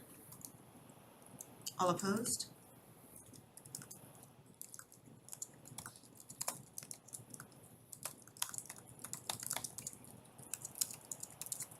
Okay, motion to grant the sixth waiver, design guidelines, section 721 to the applicant for 59 Main Street. Second. All right, all in favor? Discussion? Oh, discussion, any discussion? Thank you. All in favor? All opposed?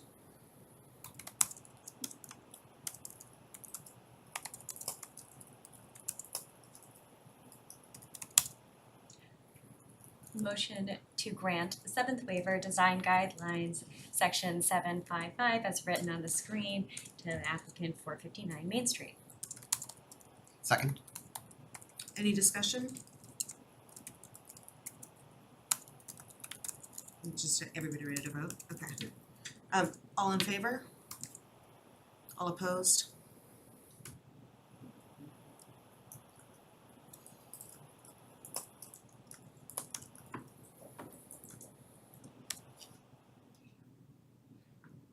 All right. We did that.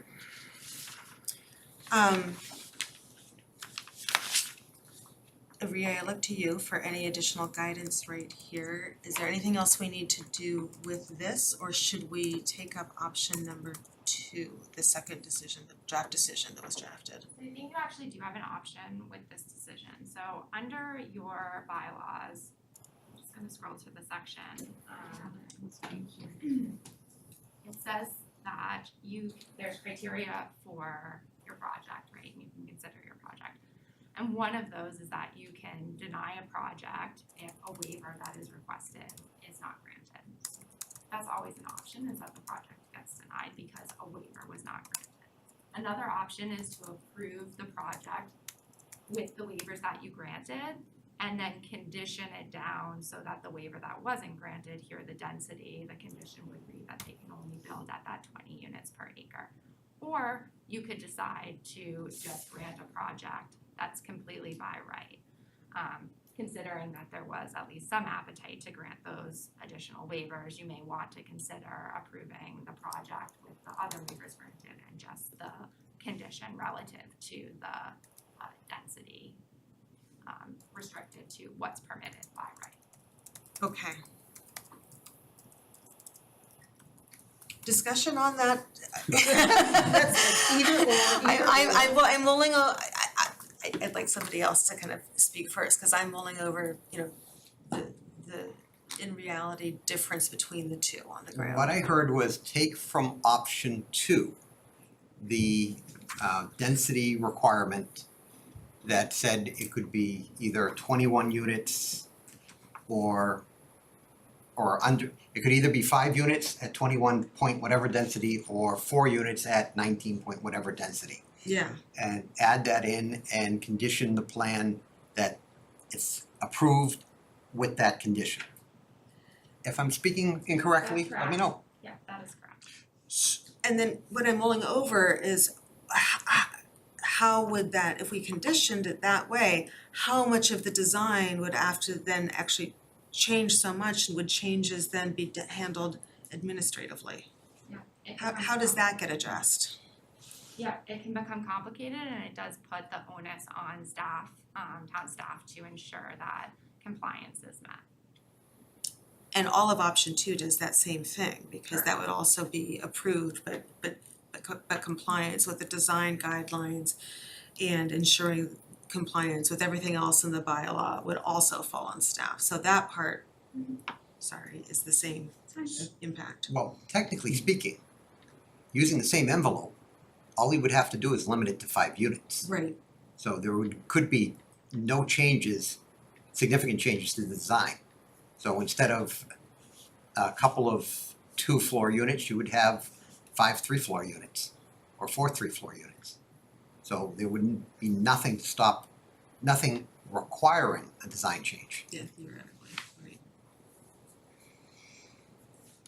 The option 2 and option 1 is written is the only difference, as they're drafted after the waiver section is the only difference that waiver. As they're drafted, like in the actual text that's in Yeah. them, they're quite a bit different. Alright.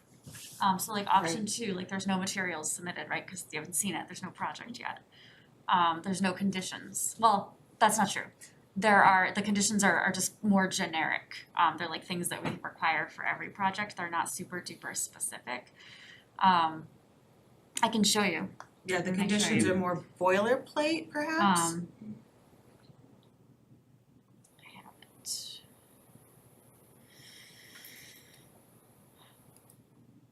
Okay, so, make it smaller. Too small, maybe. Alright, so, the findings are pretty general, right? We talk about zoning, the overview and site context. Like we took out like the proposed project, so we're just talking about what's there. No wetlands, commercial parking, just noting that it's not within 300 feet of a municipal lot. And then no signage. So we like took the things from option 1 that could carry forward for like any project on this site, right? That we don't know about yet, right? For findings anyway. And then mentioned the waivers, and then like the way that we had this written is that they would need a slight density waiver, so they can have a whole number of units. That's right. So it's like it's by right-ish, it's not 100% like by right, but by right is impossible to achieve, right? I mean, 4.7. Right, it's allowing, yeah. So that would be the one waiver. And then there's general conditions that we have, and like again, we pulled forward the conditions that were pretty general. These are just things that the town requires. They're similar, like that the utilities have to be extended from Washington Street, which is in the option 1, right? It's the same things about lighting. The requirement that it comply with the MS4 permit. let's see, there wasn't. Just the standard language about loading and deliveries that are not allowed on Main Street or Washington Street. We've seen like most of these before, and then we kind of outlined a process for how this would work. So prior to application for a building permit, that we would do a staff review and determine if the project complies with zoning and design guidelines, right? So we would sit together and like look through it item by item. And we would do a DRT to get all staff feedback, right? We would do what we normally do, it just wouldn't come to you guys. Heather, if I may, I think that if you went with option one with a condition that the project be reduced to, sorry, what is it, five units? Yeah, You know, to you 21 point something Right, units per acre, exactly. yeah.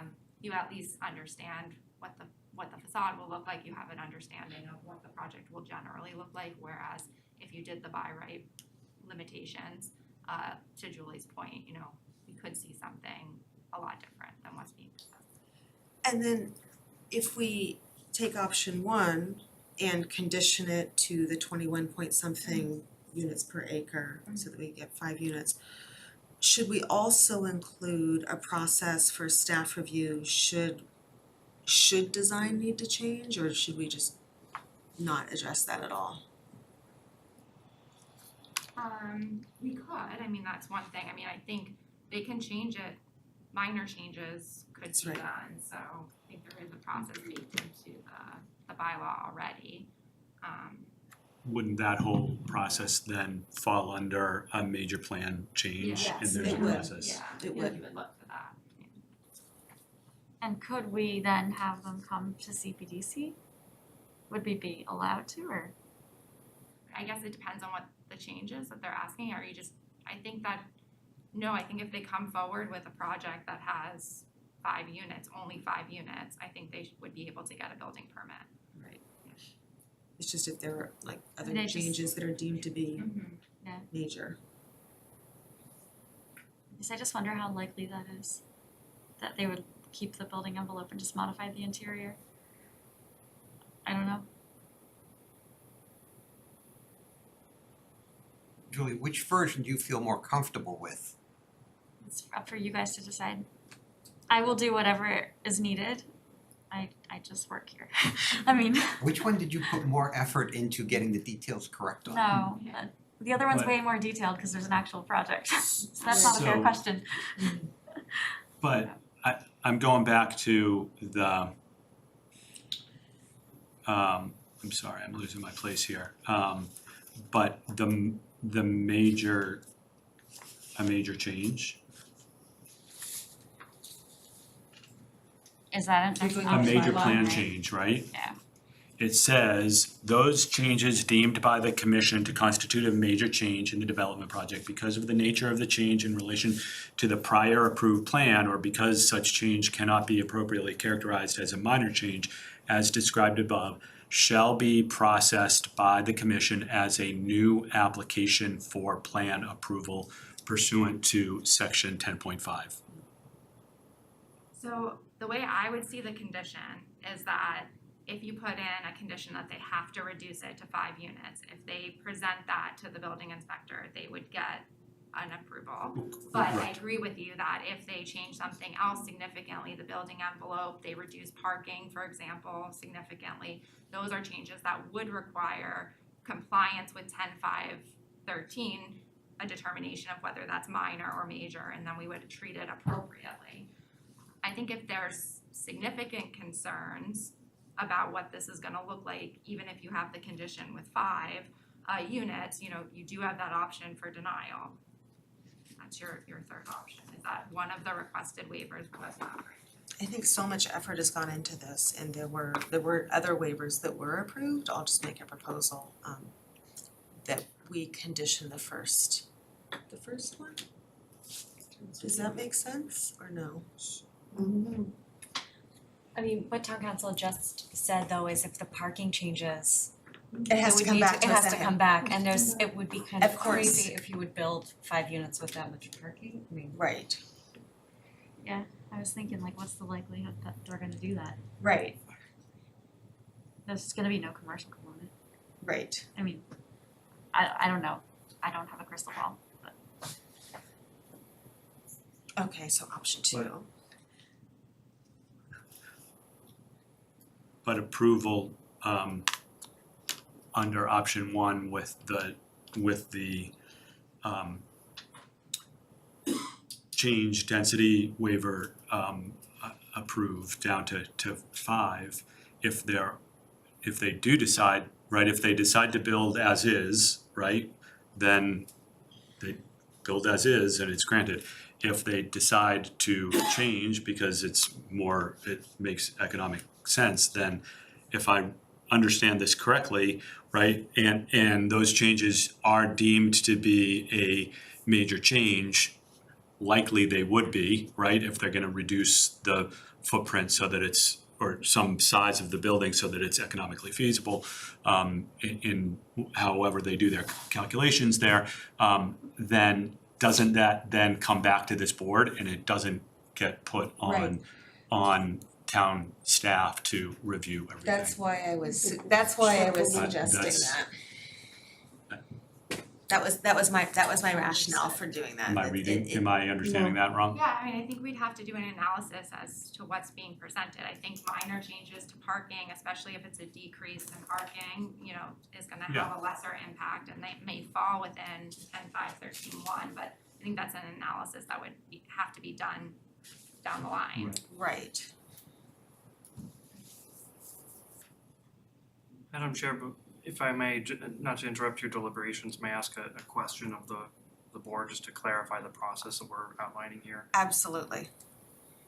From the applicant's perspective, the board's vote on the question of density it's a denial of the project. Whether it's couched as an approval or denial, it really makes no difference because the project is 12 units, so a denial of that density waiver is a denial of the project.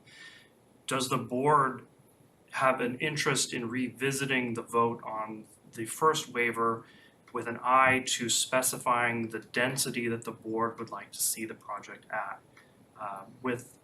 From the perspective of selecting a density that the board would be more comfortable with rather than denying outright the density that we're proposing and approving just a by right density, because I think, to be perfectly candid, we will not be proceeding on a by right project with this.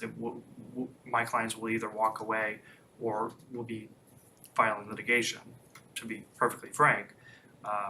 So I think it would be helpful for all involved to get some clarity on what the density is that the board would be comfortable with in view of the fact that the board has approved numerous projects at densities comparable, if not higher, than what we're proposing here.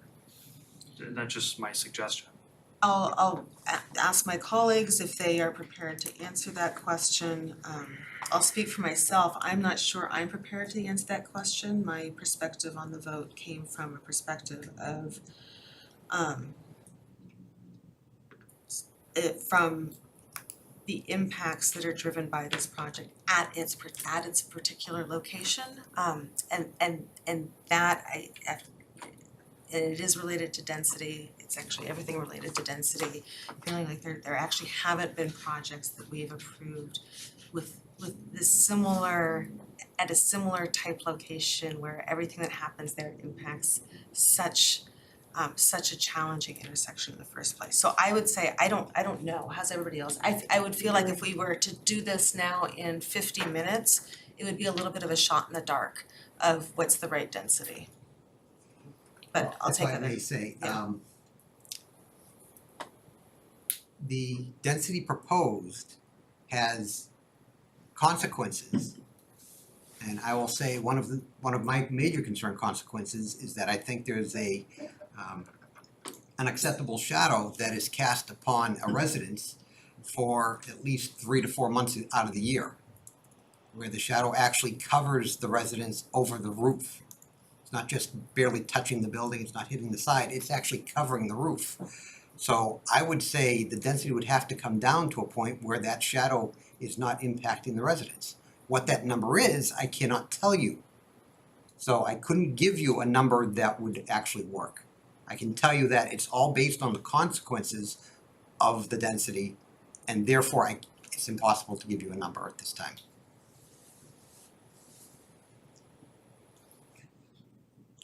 Anyone else? I know you're My vote indicated my comfort with Right, the proposed density, That's right. so I think I'll leave it to you guys to make a determination about a lower density you would be comfortable with.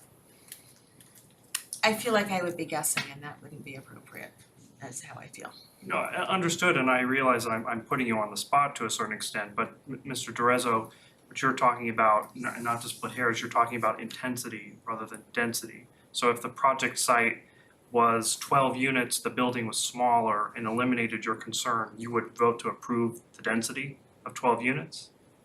I will not give you a positive answer on that, because it would also depend on the other factors involved. But that's one of my major concerns, and as I pointed out, it's the impact and the ending result. So I think at this time, the board should just consider what's in front of it. You could condition this down to by right, and I respectfully, Jesse, we can have conversations, but I think let's let the board deliberate at this time. Fair enough question. I'm entertaining we're all entertaining proposals, we should put a motion on, I tend to, I hadn't considered coming in, the alternative of conditioning the decision that we just voted on to the by right density. But we did approve a lot of the other waivers, and it seems like it's late, but it seems to me like that might be a somewhat workable path forward, and might relieve staff of the burden of starting anew with a different project. Which is a rambling way of saying, well, that's why I'm leaning toward that. I'm sorry, what was that? That is the notion of taking the decision that we just made and conditioning it to a by right density. Like Voting on a new density waiver. voting on a new density, although it's not a density waiver. Well, no, it is a new density Density waiver waiver to to- 21 point whatever that was, yeah.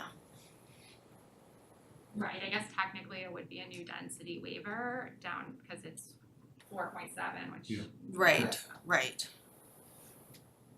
Should I add that in here? So yeah, you could exactly grab it there. You could, paste the other the waiver from the second draft decision.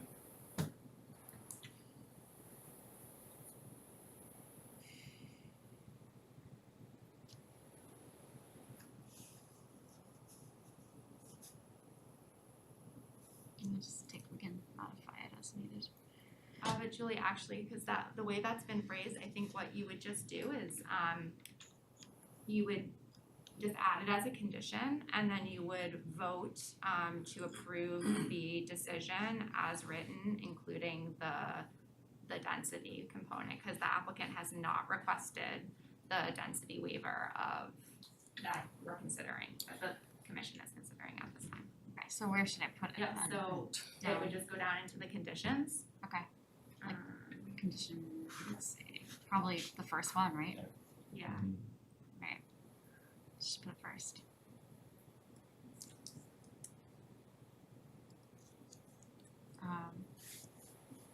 We can rewrite this.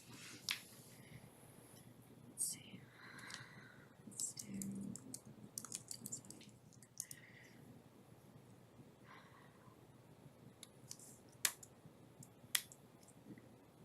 Just gonna get out on one page.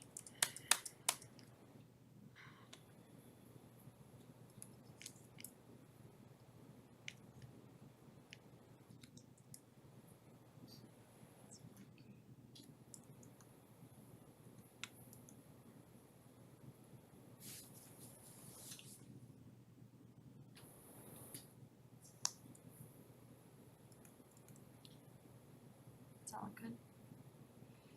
Yes. And then in the same decision, do we, no, cause the waiver hasn't been requested. It's okay, you just have it as a condition, and then when you vote to approve the project, you just approve it with the conditions as written. Okay. Did you wanna vote on that?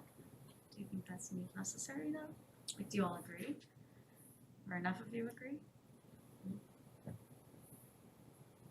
It sounds like it should be voted on. It sounds like it should be voted on so that we find out if we agree.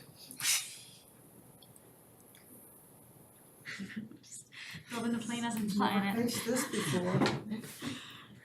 So I guess I could make a motion to, what did I just say, grant the waiver or potentially Accept condition number 1. accept condition number 1, okay.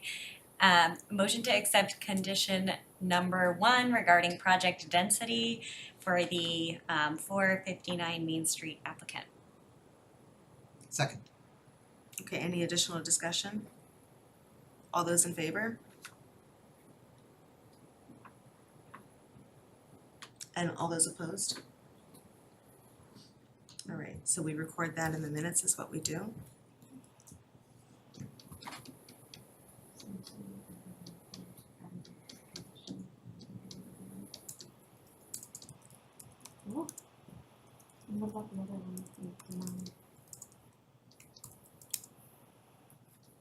Oh, there was the other one, to waive the requirement that there be a change in materials accompanying the change of plane on that north facade, which is the one that faces 475 Rice.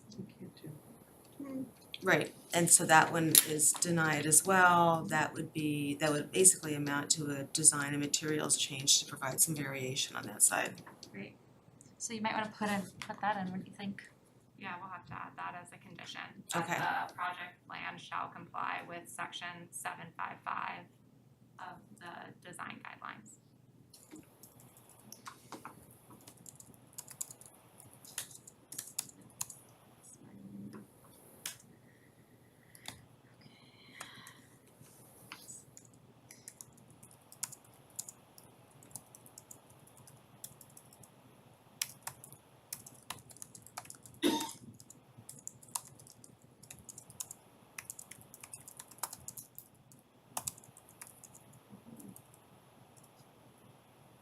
And shall we vote on this as well? Yes, I guess we should, yes. All right, motion to approve condition number 2 regarding design guidelines, section 755 for the 459 Main Street applicant. All right, any discussion? Well, we can vote on it, but the reality is that's a requirement, so Right. they asked for a waiver, it's gotta comply, period. But we can vote on it. Vote on whether or not to include the condition. Because to mimic what we did, we're voting to be reflected in the minutes on whether or not to include the condition. We can do that. Yeah, I think this one's less necessary, but if you'd like to, you may. Just to be consistent. All right, all those in favor? None opposed? All right, we have agreement. All right, thank you. Yep. Okay. Now I think we're ready to vote on the decision. We need to go through the conditions. We need to go through the conditions, the rest of the conditions. Because there were a couple of things we wanted to talk about, trash. Oh, right. Let's just go through them and make sure we're not missing anything. So the 2 you just added, the standard condition about public health, safety and welfare. Utility requirements from RMLD, MS4 permit requirement from engineering. Dark sky lighting. This is actually about lighting, not getting blocked by street trees. Limitations of future uses, so things that are changes under 10.5 come back to you. Commercial spaces. Did we get an updated memo from Ryan? Okay. Great. Tell me if you want me to stop. No, I'm just kind of skimming through. Okay, a lot of them are pretty, like these last ones are pretty standard things we include, and then are we requiring any, do you have a list of name changes? They had met the requests per the CPDC and staff comments over the last few weeks, so I couldn't come up with any. I don't know if that changed off the discussion tonight for new plans. Julie, you should write the applicant shall make the required plan changes because one of them is above. Right. Okay. This is just gonna be, I don't want the hard copies. Shall submit electronic, we don't. Electronic. Set.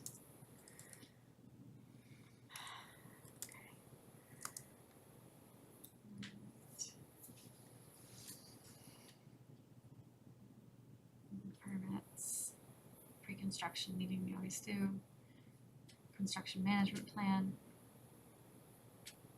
You've already seen, but we usually review that at the pre-construction meeting. This is also pretty standard. Colors haven't been approved, so they would need to come back to you for materials and colors. Okay. Construction hours and activities. Contractor parking. It's gonna be. Let's say on site. On site. Let's see.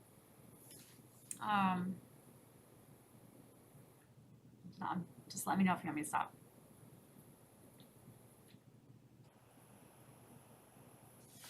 Sorry, we had it based on the CMP Okay, discussion. so 7, 8, and 9 were added based on the discussion on the construction management plan from last time. Scrolling up a little bit. Yeah, can we stop there? Sure. Yeah.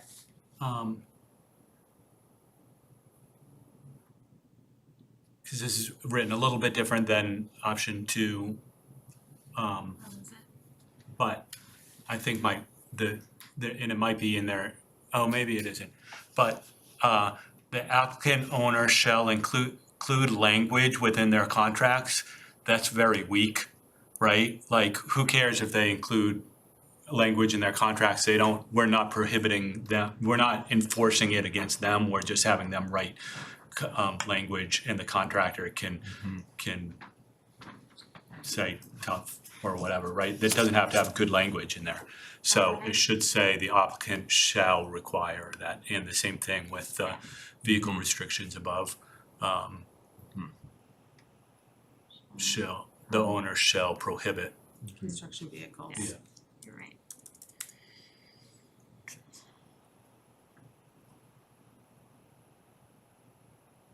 Okay.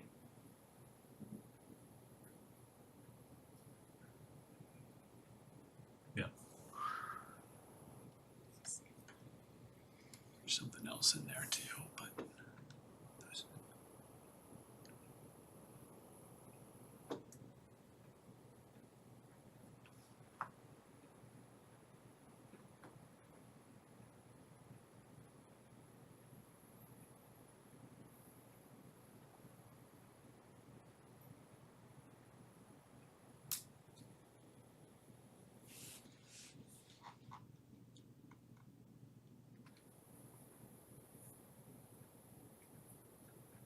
There's the language on property management. Okay. And trash removal.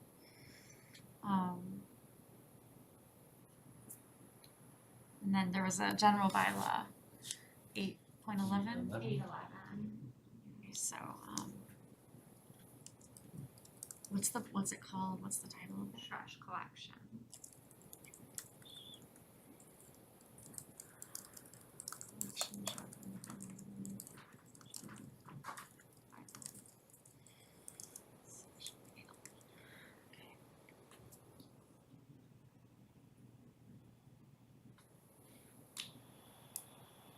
Is there anything else you guys have in your minds that we need to add? We need language on up to X amount of pickups per week or amount of trash bins that getting too nitty gritty. I don't know, but what Well, we can't come up with those numbers. Yeah, I No, know. those- Number would be There's a language does- else the- there about it, if it becomes a nuisance, Yeah, the then we very have to address first, it. the very first condition is about public health, safety, and Yeah. welfare that I think covers that. I do too. And we've been addressing the other issues in town with the health department, in coordination with them, so. Okay, Okay. alright, we're getting there, right? Okay. Road striping, I fee, street trees. Commercial spaces.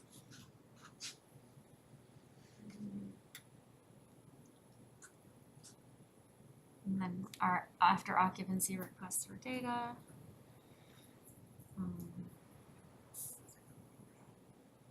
We need to come to you for sign permit approval.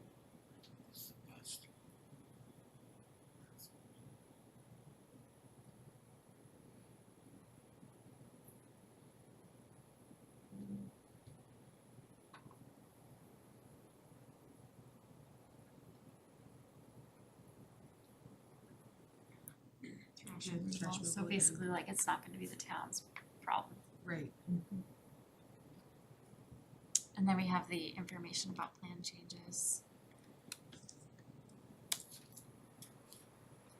Minor plan, major plan, straight out of the bylaw, and then the appeal, ability to appeal.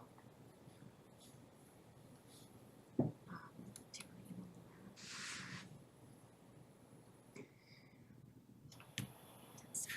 As always. Why don't we just scroll through one more time, make sure there's nothing highlighted or lingering. I just saw a highlight, well, we're not there yet, I guess. Well, I swear. Today.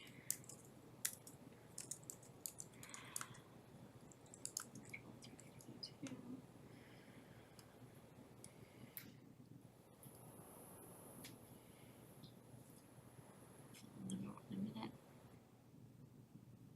Sorry, Julie, can you scroll up to that first paragraph? Sure. I think that might need to be edited. Which part? Yes. No more than 5.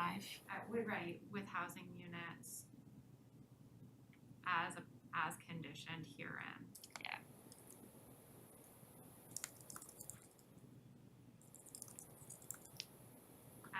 As approved and conditioned herein.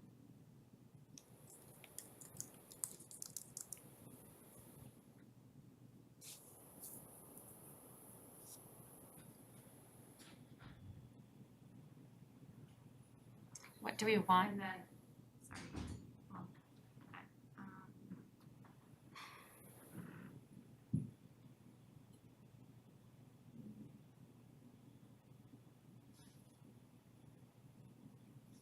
so I would strike, actually I'd write 4-story mixed-use building, and then I would strike with housing units as approved and conditioned herein, I just cut that. And then after the reference to the plan. Sorry, which part am I cutting? This part? So, sorry, where it says with housing units as approved and conditioned herein. Okay, so I'm, Yep, delete that or cut that from there. Yep, cut that. And then, after the reference to the plan and listed below, I'd write where it says and listed below. I'd put a comma and then paste what was written above and, and put an and after the comma. okay.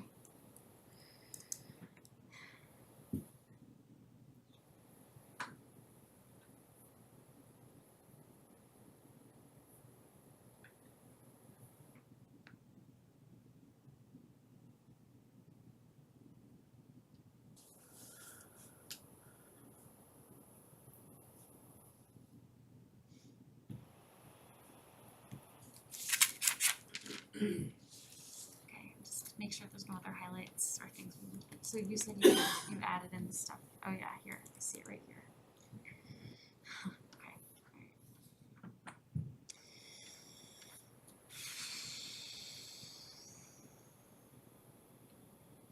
Right. Let's go with the angle.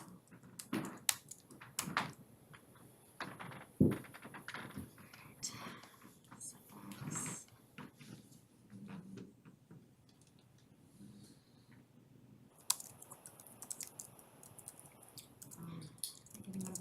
Yeah.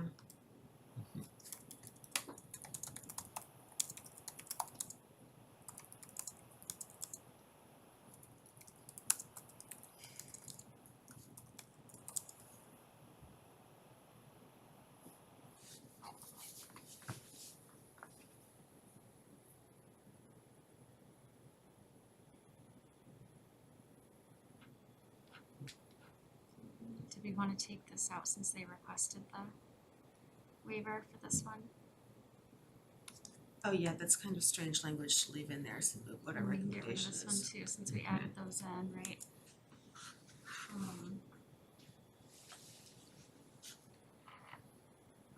Do you think we should just leave this or?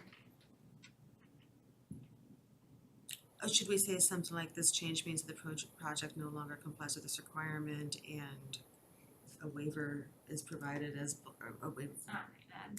We could just take this out. Yeah, either take it out or just leave it. Do you think it's good for like history of Just leave why? it, it's fine. Okay, alright. Oh yeah, you just leave it as a Okay. period there, yeah. Right.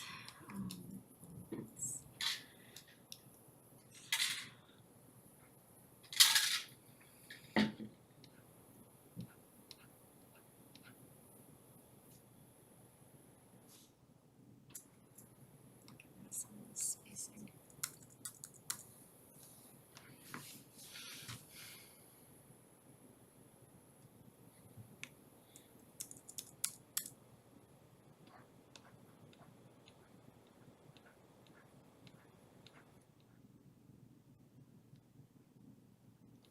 Anything else?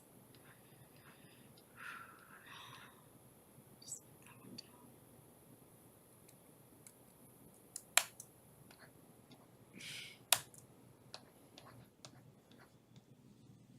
Changes, alright. Cool. You guys ready? I think it starts with a motion to close the public hearing. Oh, right. Alright, I'd like to make a motion to close the public hearing for 459 Main Street. Second. Any discussion? Okay, all in favor, raise your hand. None opposed for, I would like to make a motion to approve the application for 459 Main Street under the Downtown Smart Growth District radar. Second. I need to say more things. Sorry. Yeah, and read what's on the I screen. think you need to read the whole thing. Okay, yes. You don't need to read it, you just can say, move to, approve the motion as written on the screen. All right, I move to approve the motion as written on screen for the 459 Main Street project. Second. Any additional discussion? Okay, all those in favor, raise your hand. All those opposed? Okay, three in favor, one opposed.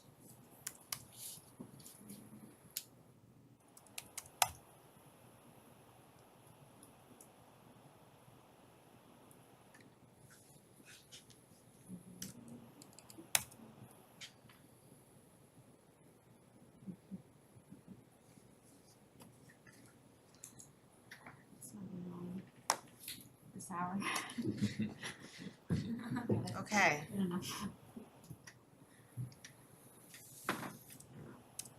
Thank you, everyone. I think that concludes that portion of the agenda, and I think that's the end of I our just wanna agenda. check, Yes. is there anything else we need to do to close this out by the end of tonight? This is it, we're done?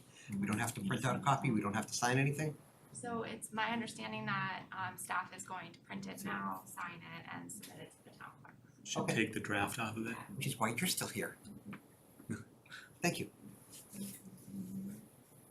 I thank the town clerk for sticking around tonight. Here it is.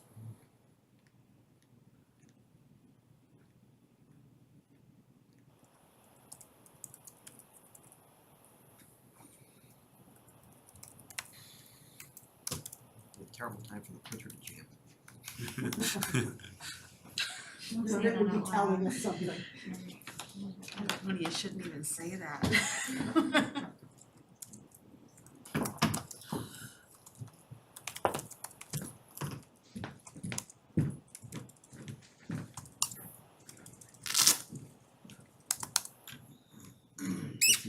agenda. Planning updates and other topics. I thought I would wait for them to finish that and see if we want to do that or to hold that to. Thank you for your time. No minutes, they didn't even challenge us with minutes. I just Yeah. knew this would happen, so. Yes.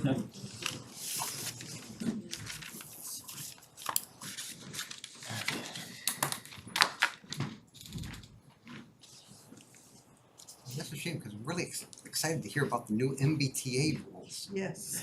Oh, don't get us. Yeah, aren't that exciting? I am kind of excited to have somebody explain it to me. I did see that the Commonwealth is hiring for someone to run that program, if anyone's interested, 'cause that sounds fun. What program? The MBTA, Commonwealth Communities? MBTA, yeah. Commonwealth Communities, so they need someone at the state to wrangle. Oversee the Yeah. program, yeah, cause it's so new and the regs just came out. It's hard work. Very much. Thank you, Laura, for being here. You're welcome. I got a lot done, actually. Oh, good. It's not like you haven't had a busy week, right? Leaving it up to you if you wish to discuss MBTA communities or not. I mean, I can. I have a whole marked up document. You do, or do we want to just save it for, how's everyone feeling? Do you wanna hear MBTA? Okay. The body language. If you've got a whole marked up presentation, I'll just email it to Could you just email it to Well, do us? that. Yeah. I just was working on it today, cause I have a call with Chris Putchman at DHCD tomorrow to see if I can get Reading to squeeze by on an exemption. Do you Try to have? make it so that we comply with the Well, to get the That's all? district to count, cause like there's, the way that it's worded now, like our 40R district like won't count for another technical piece. Like we past the technical hurdle last time. Now we have like another technical hurdle, which is so stupid. And then it's a matter of like, can the unit capacity fit, right? It's a two-part problem, right? But do we comply with the fact that we're on a commuter rail and not just the bus line? We've been redesignated as a Okay, commuter rail excellent. community, right? That was So we have to important. now find capacity for 1,493 units. But only 40% of those have to be within half a mile of the train. There's like some new stuff. Oh, okay. Yeah. Yeah, I'll talk to you So tomorrow. I haven't run the analysis Thank you, yet to Laura. see like, Yeah, thank you. yeah, but. Thank you, I'll Ivrea. just pick up a Thank stamp you very copy much. I'll just grab it tomorrow, from that's Laura. fine. Okay, Tomorrow's fine, you Um, want me to bring that to you tonight? well, Sure. don't you need to Yeah, give the yeah. applicant a copy tonight? I think they left. They left, so. So they're gonna claim they didn't get it tonight? I'll forward it right now, yeah, I'll scan it Okay. and forward it. There's Yeah, always more it- tricks to be played, Yeah. more aces up the sleeve. Yeah, so, Do we still have to worry about being sued? Yes. yes. now, especially now. Yeah. Like 100%. It comes with the territory. Yeah. It's Yeah. It's a potential on, Anything it's a personal. potential on As he everything. said, it's a Yeah. distinct possibility, yes. So I'll send you around my comments. There's a lot of editorializing. So your marked up presentation is a presentation on MBTA Yeah, communities so that it's you've kind of the annotated? final guidelines that Okay. I made into a Word version and ran a compare docs, because of course they didn't give out a red line version, Oh. right? Right. Like, and then when I asked for it, they said no. Like, okay, so I just made my own. Like, you know, with some help. And then I went through and like put in like comments about things. Okay. Yeah, why So- don't you send that to us? I Yeah, think I that'd be think better that- for you and better for us. So, but overview summary is that maybe we can get it. You're gonna try and work on getting.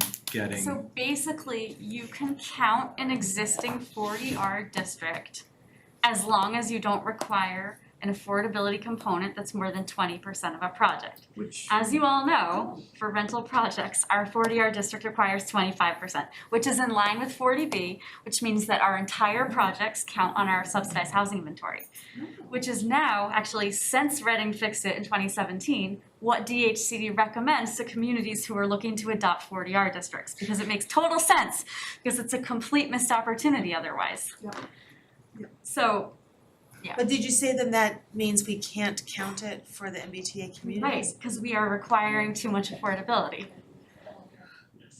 So they've created this catch-22 Right. in that in order to count for MBTA communities, it can't count for your subsidized housing, But you can't count the whole project. So the like, whole project. the 30 Haven project's a good example. It's a rental project, it's 53 units, there's 11 affordables, which was 20%, which is what was required at the time, and it's what's required by 40R, just 20%. But if it, so only those 11 units are on the subsidized housing inventory. If that project were 25% affordable, all 53 units would be on the subsidized housing inventory, right? Not just the ones that are actually subsidized. Okay. Right. So the question, if that doesn't end up changing, which it probably won't, It's not gonna change, but I'm gonna try to see if there's like an exemption or like a way they can like grant us a, and we have approved, you all have approved 115 units under that 25% requirement. So like it is possible to achieve that. right. It's not, like we can prove that we've, you know. Right, they're we do it. thinking, their rationale Right. is that if you require too much, then you'll get nothing. Right. So we've sort of proven That you get that plenty. you can push the envelope up to that 25%. Yeah. You know, where others in town may think we are weak, right? Trying to get more, you've got the state saying, no, you're asking for too much. But it's like the fact that like 40R originally didn't match 40B, right? And Right. now section 3A guidelines don't match 40R. And actually in another case, they don't match 40B. Which it's like they're all the same, all these people that I talk to on the phone, they're all in the same building. Like, I mean, they're not actually, they're all working from home still. Do you want permission to go home? Thank you. You know. Just wanna make sure you're all set. Thank you, Laura. I believe so. Thank you, you too. You got it. You're emailing Well, it. and That's a great So if job. we might get, not be thought through. so if we can figure out a way through that, then Yeah. it seems like Think we might be able to. Yeah, so qualify. our district only has to be 43 acres, because they adjusted, like, they don't require 50 for everybody, they have like this math, like you'll see my comments on that. But anyway, so like our 40R district is more than 43 acres, so like in theory that it checks that box, right? And then we have to provide 1,493 units. Only 598 or something, like 40% have to be, only 40% of the district has to be within half mile of the train. Our district happens to entirely be within a half mile, Right. but only 40% of our units have to be within half mile of the train too. So like we could expand it to other zoning districts, and it doesn't appear that there's a requirement that the districts be contiguous. I have to look into that a little bit more. So. That sounds like actually to me, like on the face of it, a good reasonable shift from what was initially proposed, yeah. Yeah, there is one other sticking point policy wise where they are also saying that we can't require multifamily to be more energy efficient than other types of uses. So that's another thing, like your new bylaw does, however, your new bylaw does it for projects seeking waivers, not for by right projects. So I might be able to draw a distinction there. Right. Cause like by right, we're not, It's right. an incentive, not a requirement. It's not impacting what's allowed by right. Right. So it's possible that I think I can carve out some arguments for like why we should be able to. could we do, is That's there? disappointing to hear though, just on Kind of made it policy. worse from a Yeah. policy perspective, Yeah. in my opinion. And other planners feel the same way. There's been a lot of WTFs and NFWs and. I don't know, it's like especially if you're talking about affordability, especially if you're talking about renters, not owners, you know, Totally. these are, setting them up to not have. Yeah. Right. more expensive energy costs than they might otherwise have once the builder is out of there, just as. in Not my to opinion. mention, yeah, climate Well, crisis, not- rising not the utility straightforward thing that we costs, gotta do. climate bill, all the things it seems at odds with, but They should be, the problem is that they should be taking examples from communities in the MBTA district in eastern Massachusetts of what communities that have pushed the envelope been able to get. Yeah. And set it that way, and I can't imagine that we're an outlier. I mean, we are not fantastic negotiators. Maybe we are, we are, and calling ourselves short. But I have to imagine that there are some other communities that have been able to get, 25%, affordable units near train stations. I mean, so the MBTA, or not the MBTA, but the folks that are setting up this are sort of giving away part of the house. Yes, I agree. and you'd think as soon as they started even mentioning 40R, they would have called me. Like, I know this woman personally. Yeah. Pick up the phone. I could tell you what's wrong with it in a hot second. Like, but no, it never happened. So, we are like one of the leading communities on 40R. So Right. it's not really a secret either, I don't think. So, I don't know, but. Cutting edge. So now they're final, right? So the guidelines are not gonna change. But I'm gonna try to wiggle my way in there. Yeah. Because the technical next step is they have to certify us. We have to apply. So there's a 2-step compliance process. So we can seek interim compliance by agreeing that this is something we wanna go for. They have a compliance model tool, which is not ready yet, that we need to download and plug in a bunch of information, and then it spits out whether it thinks we can fit the units in the districts we wanna fit them in. And then if we think we wanna go for it, if it looks possible, or if we have a strategy for amending zoning so it's possible, we put together an action plan, and we just have to submit that by the end of January. And if they approve it, I think they do a 30-day turnaround time. If they approve it, then we have interim compliance until the end of 2024, but we actually have to make progress on carrying out that action plan. So not just theoretical.